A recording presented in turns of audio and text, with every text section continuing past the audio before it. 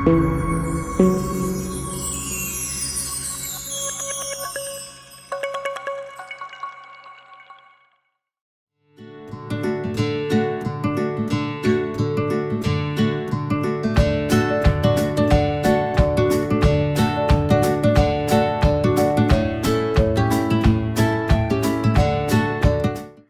Dear friends and viewers, आज Saturday है, लेकिन ये सैटरडे कम से कम दिल्ली के लिए थोड़ा अलग है क्योंकि वीकेंड में लॉकडाउन आप जानते हो।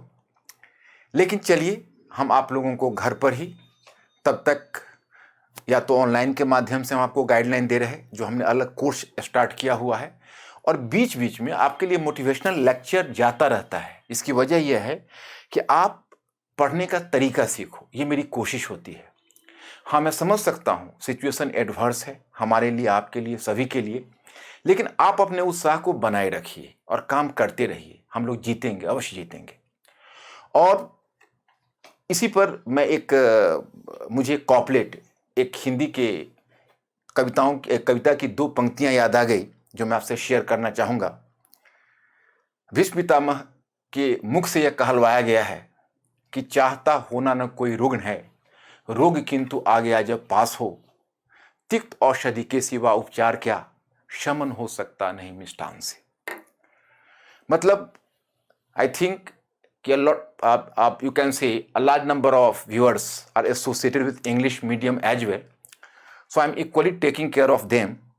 इक्वली शब्द तो उचित नहीं होगा क्योंकि मैं बेसिक लेक्चर इसमें फॉर्मुलेट करता हूँ हिंदी में ही, बीच बीच में मैं इंग्लिश टर्म से आपको हेल्प करता हूँ, क्योंकि जो मेरा क्लास लेक्चर है उसको तो मैंने स्ट्रिक्टली 2 अलग अलग लैंग्वेज में किया हुआ है, उसमें मैं कोई मिक्सिंग नहीं करता। लेकिन यहाँ पर मुझे थोड़ा सा समय बचाना पड़ता है। तो ये इसका सार यह है कि no one just prefers to be a sick man, but once he is stricken with sickness, what is the other way out except the bitter pill of medicine. The same happens here. तो मतलब अब हम लोगों को fight करना है। एक पुरानी कहावत है कि जिस दर्द की कोई दवा नहीं हो, उस दर्द को ही दवा समझ लेना चाहिए। इसी फार्मूला के तहत हम लोग आगे बढ़ेंगे। आपके लिए एक अच्छा सा टॉपिक लाया हूं, और सबसे बढ़कर मैं चाहूंगा गैर औपचारिक रूप में, I will try at my best to be informal, not formal, informal in dealing with this topic, ताकि आप लेमैन टर्म में समझ सके कि बातें क्या है। क्योंकि नेशनलिज्म एंड कम्युनलिज्म पर तो इतने रिसर्च हुए हैं, शायद हम समझते हैं मॉडर्न हिस्ट्री में दूसरा कोई भी टॉपिक, या वर्ल्ड हिस्ट्री भी आप कह लें, पूरे हिस्ट्री या अदर सोशल साइंसेस, ये one of the most research topic है। तो इसमें कॉम्प्लिकेशंस तो बहुत सारे हैं, लेकिन मैं आपको सरल शब्दों में आप तक पहुंचाना चाहूंगा। देखिए कितना इंटरेस्टिंग टॉपिक है। सीरीज आपका क्रिटिकल ओपिनियन सीरीज है। 2 सीरीज में पैरेलल में चला रहा, present and the past communication series and critical opinion series. इसमें आप टॉपिक विशेष खोजने का प्रयत्न ना करें, क्योंकि टॉपिक विशेष पढ़ना और पढ़ाना तो बड़ी सरल चीज है। सबसे बड़ी चीज है कि आपको सोचने के लिए एनेबल करना। What do you know, to make you a thinking creature. तो आपको इसीलिए मैंने ये दोनों तरह की सीरीज को जारी रखा है, और मेरी कोशिश रहेगी कि आगे भी जारी रहे। राष्ट्रवाद एवं संप्रदायवाद, औपनिवेशिक आधुनिकीकरण की जुर्मी संतान। थोड़ा आपको ये अनोखे टाइप का टॉपिक लग रहा होगा। Nationalism and communalism, twin daughters of colonial modernization. मतलब ये दोनों जुर्मी संतान है। मतलब आप स्टेप ब्रदर के रूप में तो नहीं देख सकते, बल्कि अपने ब्रदर्स के रूप में जुर्मी संतान दोनों एक साथ पैदा हुए, खासकर उपनिवेश में या भारत जैसे उपनिवेश में। मैंने इस टॉपिक को जानबूझकर चुना है क्योंकि राष्ट्रवाद और संप्रदायवाद में बहुत ही पतली सी विभाजक रेखा होती है। There is a very thin line of demarcation between nationalism and communalism. Sometime I am not going to detect कि whether we are going to be a national or a communal. कई बार तो हमें भी पता नहीं चलता कि हम राष्ट्रवादी हैं या कहीं राष्ट्रवाद की आड़ में हम संप्रदायवादी तो नहीं होते जा रहे। तो इसलिए पहले मैं चाहूंगा कि यह चीज आप अच्छी तरह से समझ लें। अब चलिए पहले औपचारिक परिभाषा की ही बात करते हैं एक लाइन में। नेशनलिज्म पर तो इतने सारे डेफिनेशन हैं कि 1 या 2 डेफिनेशन देना संभव नहीं है, परंतु एक क्लासिकल डेफिनेशन है कि राष्ट्र लोगों का एक ऐसा समुदाय है जिनका आपस में जुड़ाव होता है, जो एक समान रीति रिवाज और परंपरा से परिचालित होते हैं और एक ही ऐतिहासिक शक्ति की उपज होते हैं। मीन्स कि nationalism denotes a community of the people who is having a sense of association with each other and who were guided by the common custom and tradition and who are the product of the same historical forces। तो ये इसका एक कह सकते हो कि औपचारिक परिभाषा है। लेकिन नॉर्मली क्या होता है कि राष्ट्रवाद में एक होने का जुड़ाव होता है। कई बार हम एक होकर दूसरे से संघर्ष करते हैं, कभी हम एक होकर अपने आप में गौरव की भावना या अपने आप में गौरव का भाव महसूस करते हैं। कई बार ऐसा होता है कि हम एक होकर अपने आप को दुनिया में सर्वश्रेष्ठ के रूप में स्थापित होने का प्रयास करते हैं। तो अलग अलग समय में इसका अलग अलग प्रकार हो सकता है। लेकिन हाँ, मैं एक बात बताऊं कि आप लोगों को शायद एक शब्द से आपत्ति होगी। हमारे बहुत सारे ऐसे स्टूडेंट्स और व्यूअर्स होंगे जो कहते होंगे, भाई आप औपनिवेशिक आधुनिकीकरण की जुर्मी संतान शब्द का प्रयोग कर रहे, तो आप भारत को इससे वंचित कर रहे हैं। आप मानकर चल रहे हो कि राष्ट्रवाद यूरोप की देन है या ब्रिटेन की देन है भारत में। तो भाई यहां पर मैं थोड़ा सा आपके इस कंफ्यूजन को दूर करना चाहूंगा। देखिए, अब जिस समय हम क्रिटिकल ओपिनियन सीरीज में हैं और जैसा कि मैंने आपको पीछे भी बताया कि ह्यूमैनिटीज सब्जेक्ट में कभी एक विचार नहीं होता, हमेशा एक से अधिक दृष्टिकोण होता है। किसी चीज की व्याख्या विभिन्न पर्सपेक्टिव से होती है। क्या भारत ब्रिटिश के आगमन से पहले एक राष्ट्र था?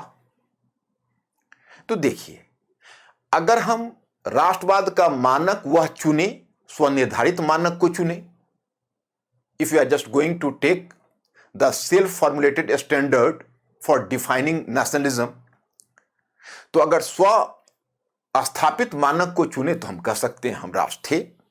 कैसे नहीं थे?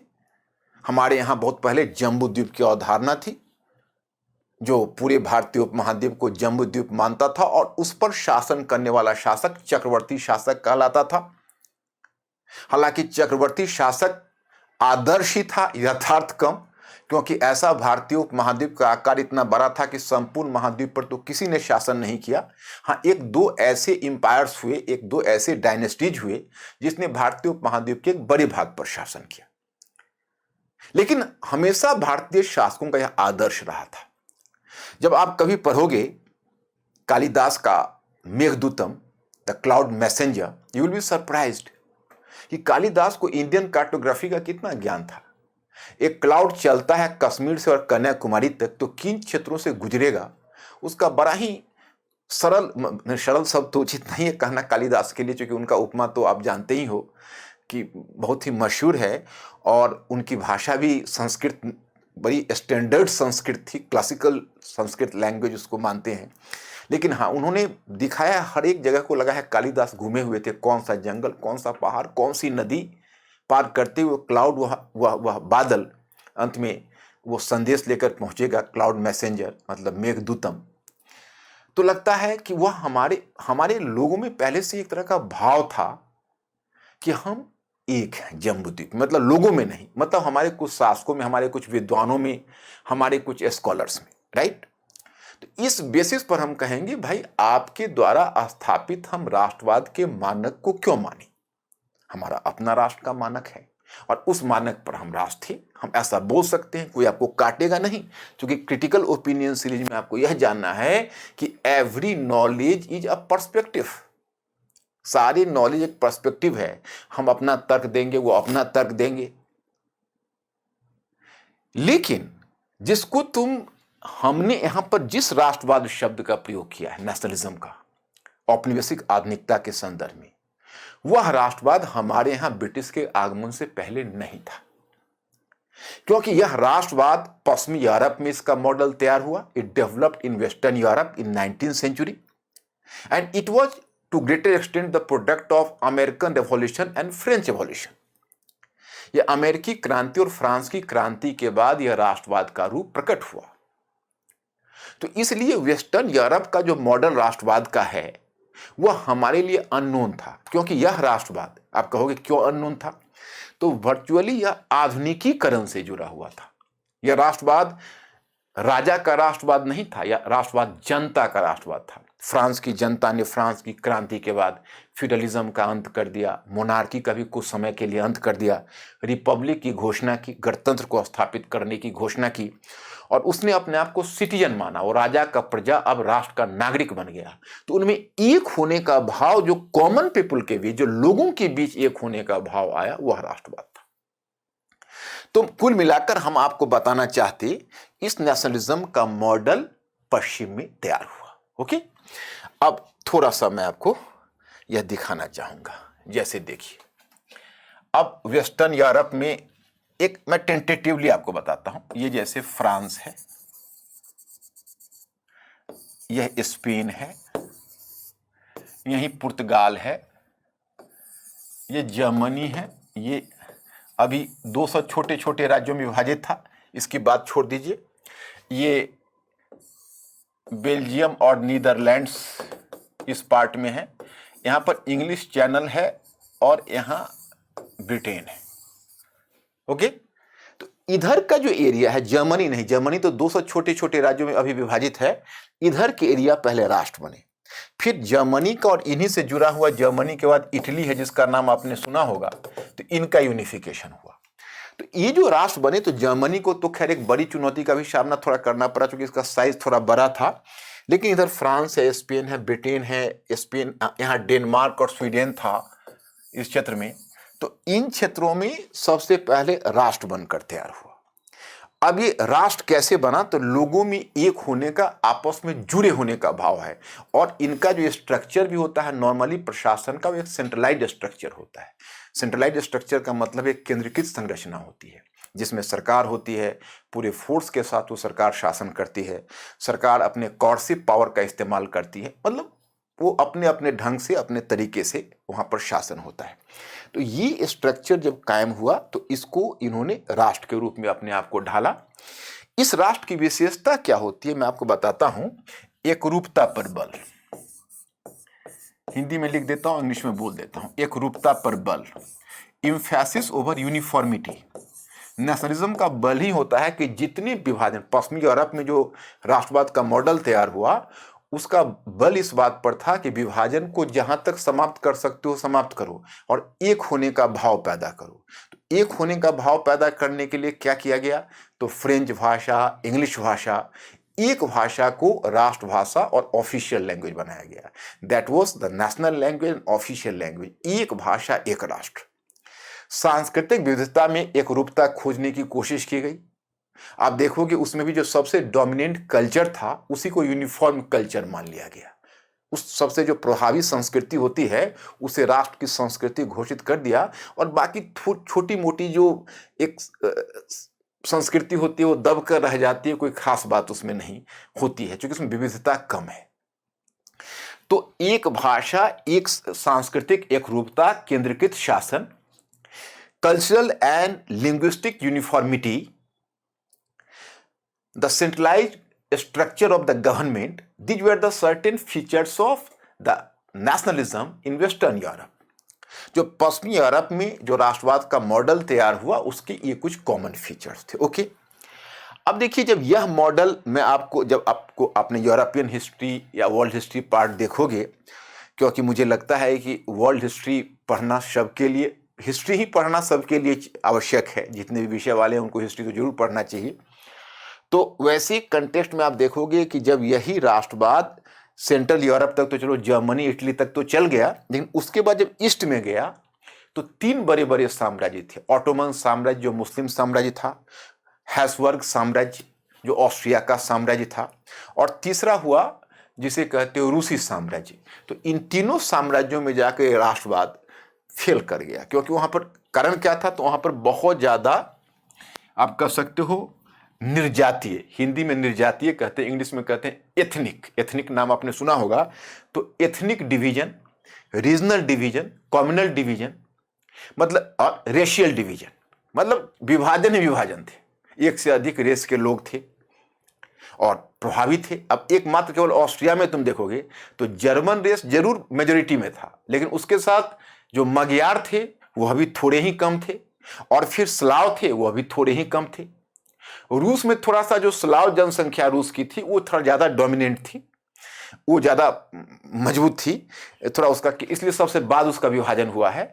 और ऑटोमन साम्राज्य में तो शासक मुस्लिम है, और जो बहुसंख्यक जो अल्पसंख्यक समूह है, माइनॉरिटी ग्रुप्स है, वह क्रिश्चियंस हैं, तो वहां तो और भी प्रॉब्लम था। तो यहाँ इतनी विविधता थी कि जो राष्ट्रवाद का यह मॉडल जब वहां गया तो फेल कर गया। They could not form themselves, and finally you can say कि it was the disintegration of Ottoman Empire। सबसे पहले ऑटोमन साम्राज्य का विघटन होता गया फर्स्ट वर्ल्ड वॉर तक, और फर्स्ट वर्ल्ड वॉर के जस्ट बाद पेरिस पीस कॉन्फ्रेंस में हैब्सबर्ग एम्पायर को भी डिसमेंबरमेंट हो गया, उनको भी डिजॉल्व हो गए हो।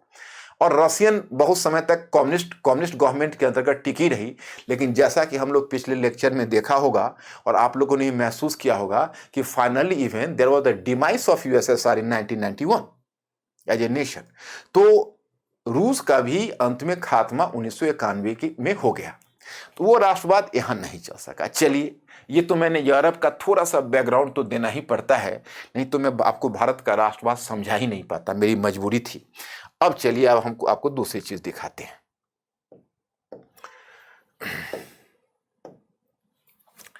जैसे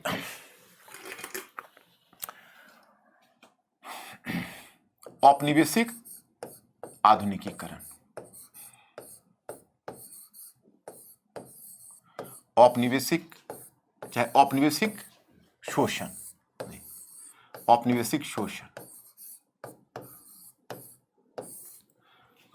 कॉलोनियल एक्सप्लॉयटेशन,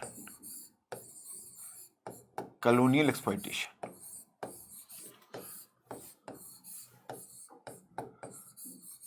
एक्सप्लॉयटेशन। अब मतलब जब ब्रिटिश शासन भारत में स्थापित हुआ तो जाहिर है कि भारत का कॉलोनियल एक्सप्लॉयटेशन हुआ, राइट।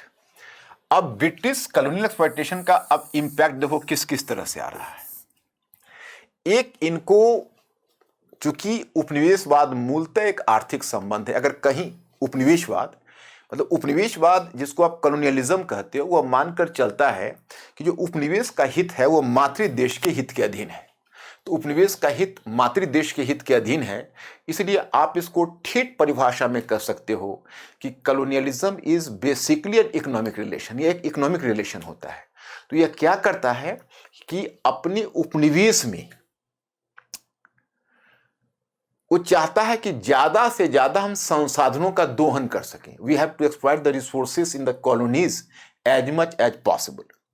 तो अब इफिशिएंट कॉलोनियल एक्सप्लॉयटेशन के लिए वह कुछ ऐसी संस्थागत परिवर्तन कर डालता है या कुछ ऐसे सुधार कर डालता है, जैसे रेलवेज का विकास करेगा, टेलीग्राफ का, यानी modern transport and communication lines को डेवलप करेगा, रेलवे, टेलीग्राफ आदि आदि। तो इसीलिए कहा जाता है कि उपनिवेशवाद का जो विनाश का बीज है उसकी नाभि में ही छिपा हुआ था, क्योंकि एक शक्ति है जो किसी क्षेत्र को कोलोनाइज करती है, उसका दोहन करती है, तो दोहन करके पीड़ा तो दे ही देती है, दर्द तो दे ही देता है, तो लोगों में जागृति आएगी, क्योंकि उसको दर्द मिला तो जागृति आएगी। अब दर्द मिला, जागृति आएगी, उसके बाद वो दूसरा कौन सा काम करती है, तो दूसरा वो एक और भी काम कर जाती है, वहां पर कुछ ऐसे संस्थागत परिवर्तन कर डालती है जिस कारण से उस संस्थागत परिवर्तन के कारण, उस इंस्टीट्यूशनल चेंज के कारण वहां पर धीरे धीरे राष्ट्रवाद जैसी चीज भी आने लगती है। तो चलिए, पहले यहां पर मैंने दिया आधुनिक यातायात एवं संचार व्यवस्था।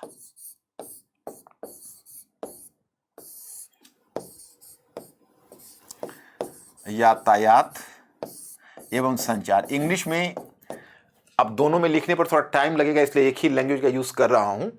इंग्लिश में the modern transport and communication lines, आधुनिक यातायात एवं संचार व्यवस्था। और तो एक तो यह है इसका आधुनिक यातायात और संचार व्यवस्था, जिसमें आप मान के चलें रेलवेज है, टेलीग्राफ है, आदि आदि। दूसरा यह क्या करता है कि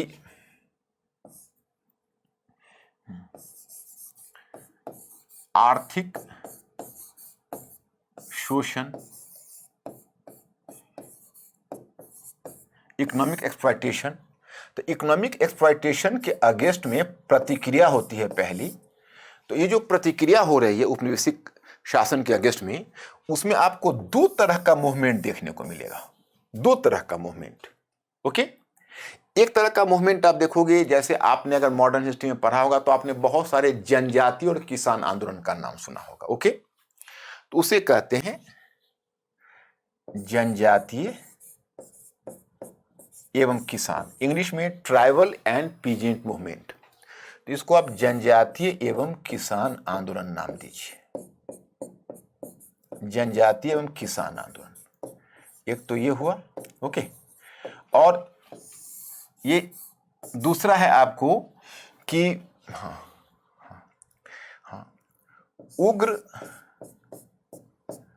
उग्र मुस्लिम संगठन। अब इसी समय होगा जब एक्सट्रीमिस्ट मुस्लिम ऑर्गेनाइजेशन डेवलप होगा। कारण क्या है कि सबसे पहले तो मुस्लिमों में ही आपत्ति होगी। अब मुस्लिम भी दो प्रकार के हैं मुसलमान। एक है जो शासक वर्ग से जुड़े हैं, जिनको आप अशराफ कहते हो, जिन्होंने मुगलों के समय सत्ता का आस्वाद लिया था, उन्होंने सत्ता का आस्वाद लिया था, वैसे मुस्लिम हैं जो अशराफ कहलाते थे, कुलीन मुसलमान। दूसरे हैं अजलाफ, जो बेचारे किसान हैं, छोटे छोटे शिल्पी हैं, तो निर्धन है, गरीब हैं। तो किसान परेशान है भू राजस्व के दबाव से, और जो शिल्पी परेशान है, वो शिल्पी परेशान है कि जो आर्टिजन्स, शिल्पी का मतलब है artisans, because they had to be pitted against unequal economic competition from the western products. क्योंकि उनके जो पहले हस्तशिल्पी उत्पाद थे, उनको पश्चिमी उत्पादों से अब प्रतिस्पर्धा करनी पड़ रही है। तो उनके जो प्रोडक्शन, उनका जो कह सकते हो कि जो उद्योग हैं वो ठप पड़ रहे हैं, गिर रहे हैं, उनकी आमदनी कम हो रही है, तो उनमें भी बेचैनी हो रही है। ये दोनों ने अपने अपने ढंग से प्रतिक्रिया दिखाई। जो लूजर्स थे, जिसको आप कह सकते हो, जैसे कुछ एक ने जैसे देखो बहावी आंदोलन का रूप ले लिया। जैसे उग्र मुस्लिम संगठन में देखोगे उसी समय बहावी आंदोलन, या जिसको तारीके मोहम्मदिया भी भारत में एक आंदोलन प्रचलित था। तो उसमें क्या था कि देखो कुछ किसान आंदोलन है, जैसे किसान आंदोलन में आप महाराष्ट्र में देखोगे हिंदू आंदोलन है, तो उसमें कहते हैं चित्पावन ब्राह्मण थे, और चित्पावन ब्राह्मण उस समय थोड़ा ज़्यादा सजग और ज़्यादा जुझारू माने जाते थे, आज भी माने जाते हैं। तो उन चित्पावन ब्राह्मण में एक थे बलवंत गोविंद फड़के, आपने उनका नाम हो सकता है सुना हो, कभी मॉडर्न हिस्ट्री में पढ़ा हो तो। और उनके आंदोलन का नाम है रमोसी विद्रोह। तो जो बलवंत गोविंद फड़के थे, तो उन्होंने रमोसी निम्न जाति के लोग थे, उनको संगठित किया था, और हथियार बंद होकर उन्होंने ब्रिटिश के अगेंस्ट में विद्रोह किया था। तो उन्होंने किसको हवाला दिया था? धर्म को हवाला दिया था, धर्म का की अपील की थी, धार्मिक अपील। तो धार्मिक अपील इसलिए क्योंकि देखो अब कॉमन पीपल को आप कैसे संगठित करेंगे? कॉमन पीपल को आप संगठित इस आधार पर तो आप नहीं कर सकते उनके सामने अगर दादा भाई नौरोजी जाकर एक कॉमन किसानों को धन की निकासी का लेक्चर दें तो कॉमन किसान क्या समझेंगे? नहीं समझ पाएंगे। तो for them in order to mobilize the common peasantry, what is the means? The appeal to religion is universal. जो धर्म की अपील होती है ना, बड़ी कारगर होती है, लोगों तक तुरंत पहुंच जाती है। तो अब उधर बहावी हैं, वह मुस्लिम मासेस तक पहुंचने की कोशिश कर रहे हैं। वो कह रहे हैं कि पैगंबर मोहम्मद के बाद जो खलीफा, चूंकि कुछ उसी तरह की बात है, इसको पुनरुत्थानवादी बोलते हैं। क्योंकि देखो होता यह है कि अब हमारे दादाजी या हमारे ग्रेट ग्रैंडफादर कभी बहुत रिच रहे हों, बहुत प्रेस्टिजियस रहे हों, और हमारे समय में हमारी स्थिति खराब हो गई है। तो अब अगर हम चाहें कि भाई इस स्थिति से उबकर अपने आप को रीजेनरेट करें, अपने आप को फिर एक बार ऊपर उठाएं, अपने पुनरुत्थान के लिए काम करें, तो अगर आप पढ़े लिखे हैं या हम पढ़े लिखे हैं तो हम उसमें आधुनिक विचारों का सहारा लेंगे कि नहीं ऐसा होना चाहिए, ऐसे करना चाहिए हमें। लेकिन जो जिन लोगों के पास यह हथियार नहीं है, वो अपने दादा और परदादे की उपलब्धियों की चर्चा करके और अपने घर वालों को आंदोलित करना चाहेंगे, अरे तुम लोग कैसे निकल गए, हमारे दादे ऐसे थे, हमारे परदादे ऐसे थे। तो उसी प्रकार से they are just making an appeal to the success of the grandfather and the great grandfather. तो वही स्थिति इनकी है, क्योंकि यह उस खलीफा के दिनों की याद कर रहे हैं कि एक समय ऐसा था कि खलीफा के समय मुस्लिम रूल पूरे दुनिया में चलता था। मतलब उस समय पूरी दुनिया उतनी ही छोटी थी लगभग, पूरी दुनिया कहना तो उचित नहीं है, मतलब एक लगभग पूरी दुनिया में चलता था, और आज हमारी ये स्थिति हो गई है। हम फिर एक बार उसी गौरव पर वापस लौटे और दुनिया में फिर एक बार मूर्ति पूजकों को समाप्त करके इस्लाम के आदेश को लागू करें, to convert Darul Harb into Darul Islam. अब ये अनजाने ही पुनरुत्थानवाद की तरफ चला गया। अब जनजातीय आंदोलन में आप समझ सकते हो, बिरसा मुंडा ने सामान्य मुंडाओं को, जो जनजातीय लोग हैं, अशिक्षित थे, अनपढ़ थे, तो उनको मोबिलाइज करने के लिए अपने आप को विष्णु का छोटा भाई घोषित कर दिया, छोटा भाई, ताकि इसलिए कि लोग हमारी अपील पहुंचे। तो देखो, इस तरह से प्रतिरोध में धर्म मिश्रित होता चला गया। तो यहां भी धर्म मिश्रित होता चला जा रहा है, राइट। अब देखिए तीसरा, तो ये आर्थिक शोषण,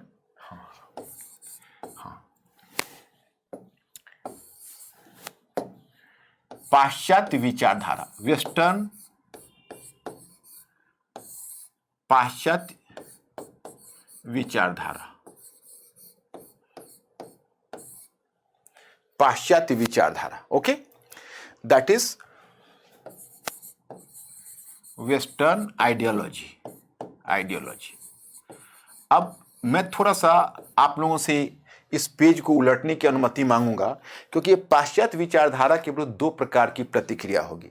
यहां पर हमें यह सिद्ध करना है कि जिन कारणों से राष्ट्रवाद का विकास होगा, उन्हीं कारणों से संप्रदायवाद का विकास होगा।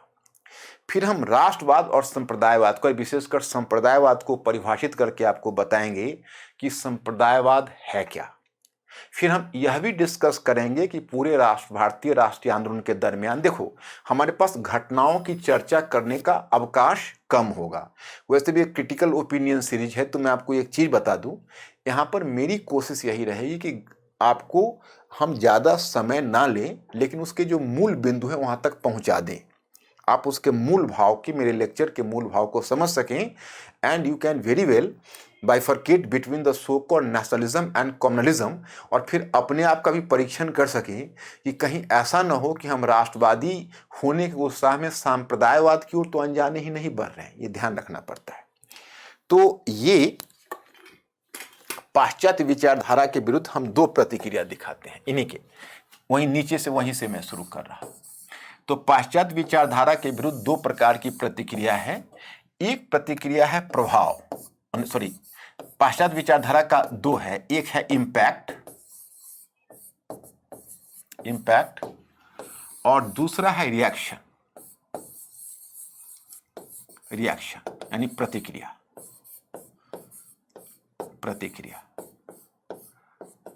अब देखो, आप लोगों ने एक घटना के बारे में जरूर जाना होगा, मैं आपको बस याद दिलाने की कोशिश करूं, क्योंकि आप पसंद करते हो या मुझसे अपेक्षा करते हो कि मैं लेक्चर दूं, तो आपको मैं पढ़ाना शुरू कर दूं 19वीं सदी का समाज एवं धर्म सुधार आंदोलन, राइट। एक टॉपिक, वह एक टॉपिक मैं रेगुलर क्लास में एक टॉपिक से ही बढ़ता हूं, लेकिन फिर जब एक टॉपिक से हम दूसरे टॉपिक पर आते हैं, उसको लिंक करके, और तब पूरी हम टॉपिक्स को ओरिजेंटल स्टडी करवाते हैं बच्चों को। तो हम आपको यहाँ वर्टिकल स्टडी तो करवा नहीं सकते, तो सीधा आपको ओरिजेंटल स्टडी के बारे में बताते हैं कि आप में से कुछ लोग अगर अपने स्तर से वर्टिकल स्टडी कर चुके हो, या फिर जो काफ़ी समय से इस फील्ड में हो, तो डायरेक्ट कोशिश करो अपने आप को ओरिजेंटल पर लाने का। तो ये लेक्चर मेरा टॉपिक स्पेसिफिक नहीं होता है और होगा भी नहीं, तो इसलिए आप ध्यान रखिए, इसका मकसद ही कुछ दूसरा है और बड़ा मकसद है। तो यहां पर जो आपने देखा रिएक्शन यानी प्रतिक्रिया, तो अब यहां पर यह गौर करना है कि ये मैं क्या कहना चाहता हूं। तो 19वीं सदी में जो समाज एवं धर्म सुधार आंदोलन का आपने नाम सुना होगा, उसके लिए एक टर्म आता है, भारतीय पुनर्जागरण, मतलब Indian renaissance. You will find a term Indian renaissance, भारतीय पुनर्जागरण। तो भारतीय पुनर्जागरण भी इसको कहते हैं, क्योंकि इसमें जो पश्चिम से जो एक विचारधारा आई, अब ये मत पूछना उस विचारधारा के बारे में बताने के लिए, जैसे उदारवादी लिबरलिज्म, मिडिल क्लास का उद्भव हुआ, कैपिटलिज्म आर्थिक क्षेत्र में, और इंडिविजुअलिज्म व्यक्तिवादी सामाजिक क्षेत्र में, एंड नेशनलिज्म राजनीतिक क्षेत्र में। तो ये सब विचारधारा के संपर्क में हमारे कुछ बुद्धिजीवी और चिंतक आए। तो चिंतक आए तो उसके काफी प्रभावित हुए, उनको लगा कि अरे ये तो पश्चिम में तो विचारों का खजाना है, हम वंचित हो गए। फिर उन्होंने धीरे धीरे यह भी महसूस किया कि देखिए, इनमें ठीक है पश्चिमी विचारधारा में श्रेष्ठता है, लेकिन पश्चिम वालों को अपने ऊपर अहंकार भी बहुत ज्यादा है। क्योंकि अब जैसे जेम्स मिल एक पश्चिमी चिंतक थे, उनका उन्होंने पढ़ा, तो जेम्स मिल ने लिखा कि कौन सभ्यता कितनी विकसित है उसका निर्धारक तत्व यह है कि किस सभ्यता के अंतर्गत महिलाओं की दशा कितनी अच्छी है। तो किस सभ्यता के अंतर्गत महिलाओं की दशा कितनी अच्छी है, माने what is the condition of women under which civilization. तो इस आधार पर उन्होंने यह सिद्ध किया कि भारतीय सभ्यता पतनशील है, सरी गली है, डिक्लाइनिंग है, क्योंकि यहां पर महिलाओं की स्थिति अच्छी नहीं। तो इस बात को हमारे कुछ चिंतक ने बहुत ही एक तरह से बड़ा हार्ट में लिया। उनको तो ये बात उनके आत्मसम्मान को चोट पहुंची कि भाई इतनी बड़ी बात, वो हमारी सभ्यता को इस तरह से डिग्रेड कर रहे हैं। तो हुआ क्या कि उनमें एक प्रतिक्रिया भी हुई। तो मैं एक बात इसमें बताना चाहूंगा कि यहां पर दो प्रकार के चिंतक प्राय आपको दिखेंगे। प्रतिक्रिया तो कमोबेश सभी में है। प्रतिक्रिया राजा राम मोहन राय में भी है, क्योंकि राजा राम मोहन, मैं आपको यह बताना चाहता हूं कि उस प्रतिक्रिया में वो अपनी परंपरा की तरफ गए और अपनी परंपरा के कुछ कमजोरियों को दूर करके वे उसको फिर दोबारा स्वस्थ बनाने की प्रयास करने लगे। मतलब उन्होंने पश्चिमी मॉडल को विकल्प के रूप में नहीं अपनाया, बल्कि चाहा कि हम अपने मॉडल में ही कुछ पश्चिम से प्रेरणा लेकर और उसको सुधार कर हम पश्चिम से ही बेहतर बनाए। जैसे राजा राम मोहन राय को नॉर्मली लोग वेस्टर्नाइज मानते हैं, लेकिन जब उनके शताब्दी पर जब दोबारा शोध हुआ था 1933 में, तो फिर नई नई चीजें उद्घाटित हुई थी। कहा गया था कि राजा राम मोहन राय के कलकत्ता में 2 मकान थे। एक मकान में राजा राम मोहन राय को ले छोड़कर सब कुछ स्वदेशी था, तो दूसरे में राजा राम मोहन राय को ले छोड़कर सब कुछ विदेशी था। मतलब कि राजा राम मोहन राय आधा देसी और आधा विदेशी थे। आज भी आप राजा राम मोहन राय का कहीं भी आप ड्रेस देखो, dress style, you will find that he never preferred to wear suit and neck tie. वो हमेशा एक बंगाली धोती और उसी तरह का टर्बन बांधते रहे। मतलब उन्होंने जीवन भर उपनयन थ्रेड, सेक्रेट थ्रेड को, मतलब कहीं ना कहीं ब्राह्मणवाद का तत्व उनमें बना रहा। मतलब भद्रलोक से थे लेकिन सेक्रेट थ्रेड धारण करते थे।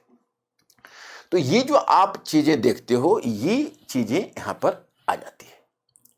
तो ये प्रभाव, वो प्रभाव सभी में है और प्रतिक्रिया भी थोड़ा बहुत सभी में है। कुछ में प्रतिक्रिया ज्यादा है, जैसे आर्य समाज, दयानंद सरस्वती, वो तो वेदों की और लौटों की बात करने लगे। तो वो जो प्रतिक्रिया है, कुछ में ये प्रतिक्रिया, जैसे थियोसॉफिकल सोसाइटी में प्रतिक्रिया ज्यादा है। आप मुस्लिम सुधारवादी आंदोलन में देखोगे तो बहावी में तो है ही, और देवबंद स्कूल वगैरह है, उसमें प्रतिक्रिया ज्यादा है। तो मैं आपको यह कहना चाहता हूं कि जब ब्रिटिश से संघर्ष के मध्य ये जो 19वीं सदी का जो समाज एवं धर्म सुधार आंदोलन है, 19वीं सदी का समाज एवं धर्म सुधार आंदोलन, ओके, तो इसके साथ भारत में आधुनिकीकरण आया, जिसको कहते हो, अगर प्रॉपरली आप कहोगे तो बैटल ऑफ पलासी से मॉडर्न एज की शुरुआत नहीं हुई है, बल्कि 19वीं सेंचुरी के समाज एवं धर्म सुधार आंदोलन से आधुनिक युग की शुरुआत हुई है। लेकिन जब आप यहां पर यह देखोगे गौर करके, जैसे आधुनिक युग शुरू हुआ है 19वीं सदी के समाज एवं धर्म सुधार आंदोलन से, लेकिन यहां पर मैं आपको बताना चाहूंगा कि अब क्यों। तो इसी आधुनिकीकरण के साथ भारत पहले राष्ट्र बना। 19वीं सेंचुरी में भारत राष्ट्र बनने की ओर बढ़ा, बना सही नहीं है, राष्ट्र बनने की ओर आगे बढ़ा। तो आपको यह जानना है कि भाई राष्ट्र बनने की प्रक्रिया क्या होती है, ओके। तो मतलब राष्ट्र बनने की प्रक्रिया यह होती है, कोई समाज राष्ट्र कैसे बनता है। तो जैसे 18वीं सेंचुरी में भारत पश्चिमी कंटेक्स्ट में राष्ट्र नहीं था, क्योंकि यहां पर तुम देखोगे मराठे थे, हैदर अली, उधर निजाम, उधर देखोगे राजपूत स्टेट्स थे, फिर त्रावणकोर के स्टेट्स थे, अब देखोगे अफगान स्टेट्स थे। तो बहुत इस तरह के स्टेट्स वहां थे। लेकिन आप उनमें, आपको यह देखकर निराशा होगी कि उनमें एक होने का भाव नहीं था। अब टीपू सुल्तान जिस समय श्रीरंगपट्टनम के किले पर लड़ता हुआ मर रहा था, उस समय मराठे और निजाम भी उसके अगेंस्ट में ब्रिटिश के साथ खड़े थे। तो एक होने का भाव नहीं था, और ये तो राजा का आलम है, और पब्लिक के स्तर पर तो एक होने का भाव और भी ज्यादा नहीं था। तो इस कारण से वो राष्ट्र नहीं था। लेकिन क्या हुआ, राष्ट्र बनने के लिए चूंकि आपका समाज आंतरिक रूप से विभाजित है, और कितने तरह का विभाजन है, तो लैंगिक विभाजन है। लैंगिक लैंगिक का मतलब होता है, उसको कहते हो जेंडर डिवीजन, एथनिक डिवीजन, निर्जातीय विभाजन है, फिर सांप्रदायिक विभाजन है, क्षेत्रीय विभाजन है। तो इतने सारे विभाजन को रहते हुए आपस में एक होने का जुड़ाव नहीं हो सकता था। तो यह समाप्त कर दिया किसने, तो 19वीं सदी के समाज एवं धर्म आंदोलन ने इसको दूर करने की दिशा में आगे बढ़ा। समाप्त कर दिया शब्द फिर थोड़ा आपत्तिजनक है, आगे बढ़ा। तो ये जो कमजोर हुआ, मैं आपको बताना चाहूंगा कि इसको कमजोर किया, तो इसको कमजोर किया तो हमारे मन में एक होने का भाव पैदा हुआ। ओके, तो एक होने का भाव पैदा हुआ तो हम राष्ट्रवाद की तरफ बढ़ गए, यानी हम एक हैं। लेकिन फिर एक बार पीछे चलिए, जब यूरोप में, पश्चिमी यूरोप में उन्होंने राष्ट्र का मॉडल बनाया था, तो वहां पर पश्चिमी यूरोप में उतनी सामाजिक, सांस्कृतिक और क्षेत्रीय विविधता नहीं थी। There was very less, you can say, amount of the cultural, social and religious division and regional division. तो वहां पर उनका नेशनलिज्म का मॉडल तत्काल सफल हो गया। हालांकि अब तो उनको भी प्रॉब्लम आ गया। आप देख रहे हो स्कॉटलैंड, ब्रिटेन में क्या हाल हुआ पड़ा है, उधर आयरलैंड भी बहुत खुश नहीं है, इधर आप देख रहे हो कैटेलोनिया स्पेन में। तो ये इन सब चीजों को देखने से आपको यही लगता है कि वेस्टर्न यूरोप में भी आज की तारीख में वो राष्ट्रवाद अब आज ग्लोबलाइजेशन के एरा में चलकर वह भी एक तरह का अब नहीं रह गया कारगर। लेकिन हाँ, उस समय वहां पर बहुत ही सक्सेसफुल रहा। लेकिन वही नेशनलिज्म जब ईस्टर्न यूरोप में आया था, मैंने बताया था, तो क्या हुआ, विफल हो गया था। अब जब हम लोग राष्ट्र बनने की ओर रहे, तो हमने तो मॉडल राष्ट्र का बनाया ब्रिटिश का। ओके, तो ब्रिटिश को हमने जो राष्ट्र बनने का मॉडल बनाया, और ब्रिटिश देखो क्या काम कर गया। तो तीन तो हमने आपको दे दिया है, तीन तरह का डिवीजन।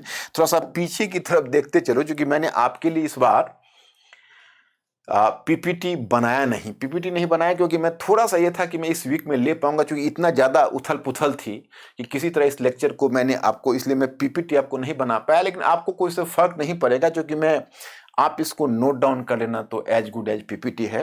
तो आपको पीछे मैंने दिखाया कि देखिए ये है, और इसके आगे मैंने आपको यह दिखाया। अब यहाँ पर मैं यह दिखाना चाहता हूँ कि जैसे 1, 2, 3 फैक्टर हमने दिखाया, इसी थर्ड फैक्टर का हमने दो भाग में बांट कर दिखाया। अब मैं एक चौथा फैक्टर आपको दिखाना चाहता। वो चौथा फैक्टर क्या है कि चूंकि ब्रिटिश को भारत पर शासन करना है और शोषण करना है, तो यहाँ पर ट्रांसपोर्ट एंड कम्युनिकेशन लाइंस तो देख ही रहे हो। जब संचार और यातायात व्यवस्था है, तो उससे भौगोलिक दूरी कम हुई, एक क्षेत्र से दूसरे क्षेत्र में लोगों की आवाजाही बढ़ी। तो एक क्षेत्र से दूसरे क्षेत्र में लोगों की आवाजाही बढ़ी, तो धीरे धीरे राष्ट्रवाद जैसी चेतना विकसित होने लगी। तो यह फैक्टर भी काम कर रहा है, यह फैक्टर भी काम कर रहा है, यह फैक्टर भी काम कर रहा है, यह फैक्टर भी काम कर रहा है।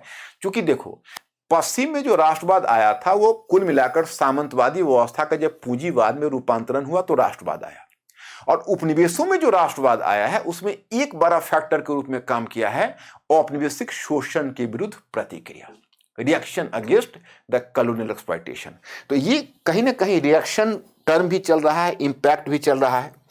अब देखो ब्रिटिश ने क्या किया कि उन्होंने, चूंकि यहां पर उनको सक्षम शासन करना था, उन्होंने दो प्रकार की नीति अपनाई। जैसे एक तरफ उन्होंने जानबूझकर चाहा, जानबूझकर नहीं, मतलब आप इसको ऐसे मान सकते हो, दोनों तरह की बातें हैं, कि उन्होंने जो हमारे समाज की या हमारे समुदाय की या हमारी परंपरा की व्याख्या की, तो कुछ चीजें तो वो हमारी परंपरा का नहीं समझ सके। नहीं समझ सके का मतलब यह हुआ कि वह पहले, जैसे एंशिएंट टाइम से ही देखोगे, बहुत सारे विदेशी लोग आते रहे हैं, और अर्ली मॉडर्न में बहुत सारे ब्रिटिश, जैसे अब एंशिएंट में तुम देखोगे जो ग्रीक लेखक लिख कर गए, जिसमें सिकंदर के साथ जो आए हुए थे, जिसमें नियरकस था या एरिस्टोबुलस था, तो और एनासिक्रिटिस था। तो ये सब ऑथर ने जो भारत के बारे में लिखा, तो उन्होंने पश्चिमी भारत की तरफ से मदारियों और सपेरों का देश घोषित किया। अरे भारत क्या है, this is the country of snack charmers. तो उन्होंने इस तरह से भारत को प्रस्तुत किया। उसके बाद फिर जो पश्चिमी चिंतक आए, जैसे अब बर्नियर आए, फ्रेंच चिंतक मध्यकाल में, तो उस प्रकार से उसी प्रकार से अर्ली मॉडर्न एज में बहुत सारे आए। तो उन लोग अपनी जो रिपोर्ट भारत से लेकर गए, तो उन्होंने भारत को विचित्रताओं का देश वहां पर बनाया। प्राच्यवादियों ने भी जो भारत का अध्ययन किया, तो उन्होंने भी भारत को एक बड़े अनोखे कंट्री के रूप में प्रस्तुत किया। तो पश्चिम वालों के मन में यह बात बैठी हुई थी कि भारत एक ऐसा समुदाय है, ओके, जो विभिन्न जाति और धर्म के बीच विभाजित है। यानी भारत में मौलिक पहचान जाति पहचान और धार्मिक पहचान है। जाति पहचान और धार्मिक पहचान से इतर भारत का कोई अस्तित्व नहीं। The cast identity and the religious identity, ये भारत की बेसिक आइडेंटिटी है। तो उन्होंने क्या किया, एक तो यह है, और दूसरा क्या है कि कुछ जानबूझकर भी डिवाइड एंड रूल, जब शासन करना है तो बेहतर है बांटो, उनको आपस में विभाजित करके रखो। अब यह आप मत पूछिए कि पहले की मात्रा कितनी थी और दूसरी की मात्रा कितनी थी, लेकिन दोनों की थोड़ी थोड़ी मात्रा थी। और इस कारण से आप देखेंगे उन्होंने कुछ ऐसे काम कर दिए जो हमारे सोसाइटी में डिवीजन का बीज बो दिया। अब क्या क्या है वो देखिए।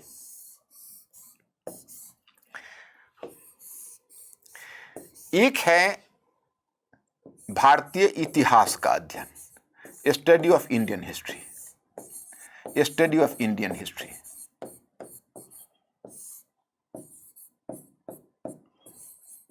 भारतीय इतिहास का अध्ययन, स्टडी ऑफ इंडियन हिस्ट्री। अब इंडियन हिस्ट्री का स्टडी किसने किया? सबसे पहले तो जेम्स मिल ने। You will be surprised to know that कि the first history of India was not written by any Indian but a British, his name was a scholar, British scholar James Mill. तो James Mill ने स्पष्ट रूप से घोषित किया कि भारतीय इतिहास 3 कालों में बटा है, हिंदू काल, मुस्लिम काल और ब्रिटिश काल। तो हिंदू पीरियड, मुस्लिम पीरियड और ब्रिटिश पीरियड लेकर उसने एक तरीके से भारत में, जिसको आप सांप्रदायिक इतिहास लेखन कहते हो, उसका बीज उसने बो दिया, नंबर 1। नंबर 2, जनगणना। जनगणना इसको कहते हैं सेंसस। वैसे तो हमारे यहाँ सेंसस 1872 से शुरू हो गया था, लेकिन रेगुलर सेंसस 1881 में चला। अब ये जनगणना में उन्होंने क्या शरारत कर दी, जैसे देखिए, अब हमारे यहाँ जाति थी, वर्ण था, ठीक है, डिवीजन था, लेकिन हमारे यहाँ जो कास्ट सिस्टम था बड़ा फ्लूइड था। फ्लूइड का मतलब है कि कब हम एक कास्ट से दूसरे कास्ट में घुस जाएंगे, दूसरे तीसरे में, मतलब इस तरह से अपवार्ड मोबिलाइजेशन कास्ट में होता रहता था। अपवार्ड मोबिलाइजेशन का मतलब यह हुआ कि जो निम्न जाति के लोग हैं, वह निम्न जाति, मतलब एक व्यक्ति अपना जाति परिवर्तित नहीं कर पाता, लेकिन जो पूरी की पूरी जाति है वह कई बार उसका सोशल स्टेटस बढ़ जाता था, कम हो जाता था, मतलब कोई बहुत फ्लूइड था, मतलब नित्य परिवर्तनशील, वो उतना रिजिड सिस्टम नहीं था। ब्रिटिश ने न समझा न ये किया, जितने भी कास्ट है कास्ट सेंसस शुरू कर दिया, उसमें सभी कास्ट को एक वाटर टाइट कंपार्टमेंट में बांट दिया। मतलब कि अब एक कास्ट, मतलब कास्ट को क्या कर सकते हो कि उसको उन्होंने बड़ा ही एक रिजिड सिस्टम बना दिया कि अगर वंश अगर एक कास्ट में है तो अब उनकी, अब ऑफिशियल मैनुअल में उनका नाम चला गया उस कास्ट का, अब उस कास्ट का स्टेटस फ्यूचर में भी चेंज नहीं हो सकता। वही बात रिलीजन का हुआ, वही बात धर्म का हुआ। अब जैसे एक मेरे स्टूडेंट ने, मैं I have to share with you, हो सकता है आप लोगों में से भी कुछ लोगों का मोरल सेंस डिस्टर्ब हो जाए। मेरी बड़ी इच्छा थी कि मैं एक लेक्चर लूँ हिंदू धर्म, हिंदू समुदाय और हिंदुत्व, लेकिन मुझे लगा कि अभी भारत में शायद इस तरह के लेक्चर के लिए माहौल नहीं है, इसलिए उस प्लान को फॉर टाइम बीइंग हमने सस्पेंड कर दिया। मैं आपको बताऊं कि एक स्टूडेंट मेरा बहुत डिस्टर्ब होकर आया और मुझे पूछा कि सर, मैं रोमिला थापर का एक लेक्चर सुन रहा था। सर उन्होंने कितनी गलत बात कही। हमने कहा क्या गलत कहा उन्होंने? तो उसने कहा कि हिंदुओं को जन्म ही ब्रिटिश ने दिया। अब कोई भी हिंदू सुनकर उसको तो आत्मसम्मान को चोट पहुंचेगी कि भाई कैसा हिस्टोरियन है। नहीं बच्चों, उनको कहने का भाव समझना होगा। जैसे था क्या कि इस्लाम, ईसाई, पारसी, यहूदी, विशेषकर जो यहूदी, इस्लाम और ईसाई हैं, वो सब अपना एक कह सकते हो एक निश्चित कल्ट था। वो एक निश्चित कल्ट था, उसका एक खास ओरिजिन था, उसका एक खास प्रॉफिट थे, एक खास उनके फॉलोअर्स थे, और उनमें कुछ खास तरह के कस्टम्स और रूल्स थे जो जितने भी उसके फॉलोअर्स थे उनको कस्टम और रूल्स फॉलो करना पड़ता था। लेकिन हिंदू धर्म का तो कोई कॉमन ना कोई कॉमन इसका ना एक प्रिस्ट क्लास है, इसका कोई कॉमन पुरोहित क्लास नहीं है। क्या है हिंदू धर्म? इसमें मूर्ति पूजा भी है, निराकार ईश्वर अद्वैतवादी चिंतन भी है, इसमें यज्ञ भी है, भक्ति भी है, मंदिर और मूर्ति पूजा भी है, निराकार ईश्वर भी है। टेक्निकली कबीर भी हिंदू है। अब नानक के फॉलोअर्स को देख सिखिज्म करके अलग पंथ के रूप में पहचान मिल गई। लेकिन नॉर्मली आप देखोगे तो कबीर या बाकी इस तरह के निर्गुण संत हैं वो भी तो टेक्निकली हैं। जो तंत्रवादी हैं वो भी हिंदू हैं। तो इनका कोई एक निश्चित ना तो कोड ऑफ कंडक्ट है, ना कोई पृष्ठ है, कहीं मंदिर है कहीं मंदिर नहीं है। मुंडे मतर भिन्ना, सभी लोग अपनी अपनी चीजों को अपने ढंग से संचालित कर रहे हैं। तो पहले हिंदू शब्द का प्रयोग हुआ था भौगोलिक संदर्भ में, जब ईरानियों और अरबों ने किया था कि सिंधु प्रदेश में बसने वाले लोग। फिर धीरे धीरे मध्यकाल तक आते आते जब मुस्लिम शासक आए तो उन्होंने हिंदू का प्रयोग धर्म के संदर्भ में करना शुरू कर दिया कि भाई अमुक चीज को जो ये सब मानने वाले हैं ये सब हिंदू हैं, जो नॉन मुस्लिम्स हैं और नॉन क्रिश्चियंस हैं। लेकिन हिंदू एक समुदाय के रूप में, अ कम्युनिटी ऑफ पीपल के रूप में हिंदू की पहचान पहली बार ब्रिटिश नहीं दे दी और सेंसस के माध्यम से दे दी। आप लोगों का मोरल सेंस तो डिस्टर्ब नहीं हुआ ना, मैं विश्वास करूं, क्योंकि हिस्ट्री पढ़ने और समझने के लिए थोड़ा साहस रखना पड़ता है। तो मुझे लगता है कि आप लोग मेरी बातों को समझ रहे होंगे। तो मैं आपको यह बताना चाहता कि इस प्रकार से इन्होंने जो जनगणना दी तो उसमें एक रिजिड पहचान हो गई। अब ये चीजें तो हो रही थी, इतना काम तो ऑटोमेटिक होता चला गया आधुनिकता के संदर्भ में, औपनिवेशिक आधुनिकता के संदर्भ में। अब जितने भी काम हमने बताए उससे राष्ट्रवाद को भी प्रोत्साहन मिला, नेशनलिज्म,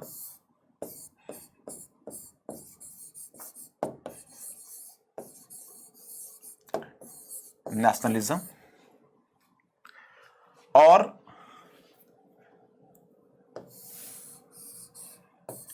संप्रदायवाद को भी प्रोत्साहन मिला, कम्युनलिज्म। राष्ट्रवाद को भी प्रोत्साहन मिला और संप्रदायवाद को भी प्रोत्साहन मिला। कैसे मिला बताऊं? पीछे आपको याद है कि जो मैंने अभी तक बताया है, मैंने 4 पॉइंट आपको बताए हैं। पीछे आइए। जैसे मैंने पहला पॉइंट आपको बताया कि आधुनिक यातायात और संचार व्यवस्था, फिर आर्थिक शोषण के विरुद्ध 2 प्रकार की प्रतिक्रिया, फिर पाश्चात्य विचारधारा। अब देखिए नेशनलिज्म के लिए क्या क्या चाहिए उसको देखिए। एक चाहिए ब्रिटिश शासन के विरुद्ध प्रतिक्रिया। जितनी भी प्रतिक्रिया है जो कि ब्रिटिश शासन को की प्रतिक्रिया से ही तो ब्रिटिश शासन के खात्मे की भावना आएगी, तो राष्ट्रवाद जैसी चेतना आएगी। दूसरा बिंदु आ जाएगा आधुनिक यातायात और संचार व्यवस्था, जो उन्हें आपस में जोड़ेगा, आपस में उनको जोड़ने का भाव पैदा करेगा। और सबसे बढ़कर 19वीं सदी का समाज एवं धर्म सुधार आंदोलन, जो क्षेत्रीय, लैंगिक, जातीय आदि विभाजन को कमजोर करके उनमें एक होने का भाव पैदा करेगा। ओके। और चौथी चीज है जो आपको मैं एक बात बताऊं, एक बड़ी ही रिप्यूटेड स्कॉलर है, रिप्यूटेड स्कॉलर, उन्होंने एक टेक्स्ट लिखी, उसका नाम है इमेजिन्ड कम्युनिटीज। उसमें उन्होंने यह कहा, इमेजिन कम्युनिटीज 1983 में लिखी गई थी, उसको हम लोग उस समय ग्रेजुएशन में थे, जस्ट गए थे, तो उस समय तो नहीं पढ़ पाए क्योंकि उसमें के लिए पुस्तक हेवी थी। लेकिन जब उसके साल 2 साल के बाद जब थोड़ी सी समझ और विकसित हुई तो उस पुस्तक को मैंने पढ़ा था। और फिर मैं यूपीएससी का जब स्टूडेंट लाइफ में तो फिर दोबारा नहीं पढ़ पाया, लेकिन टीचिंग लाइफ में फिर मैंने दोबारा उसको पढ़ा। तो उसमें उन्होंने लिखा, एक तरह से कहा है कि राष्ट्र बनता नहीं है, राष्ट्र हमारी बनाया जाता है, राष्ट्र हमारी सोच में होता है।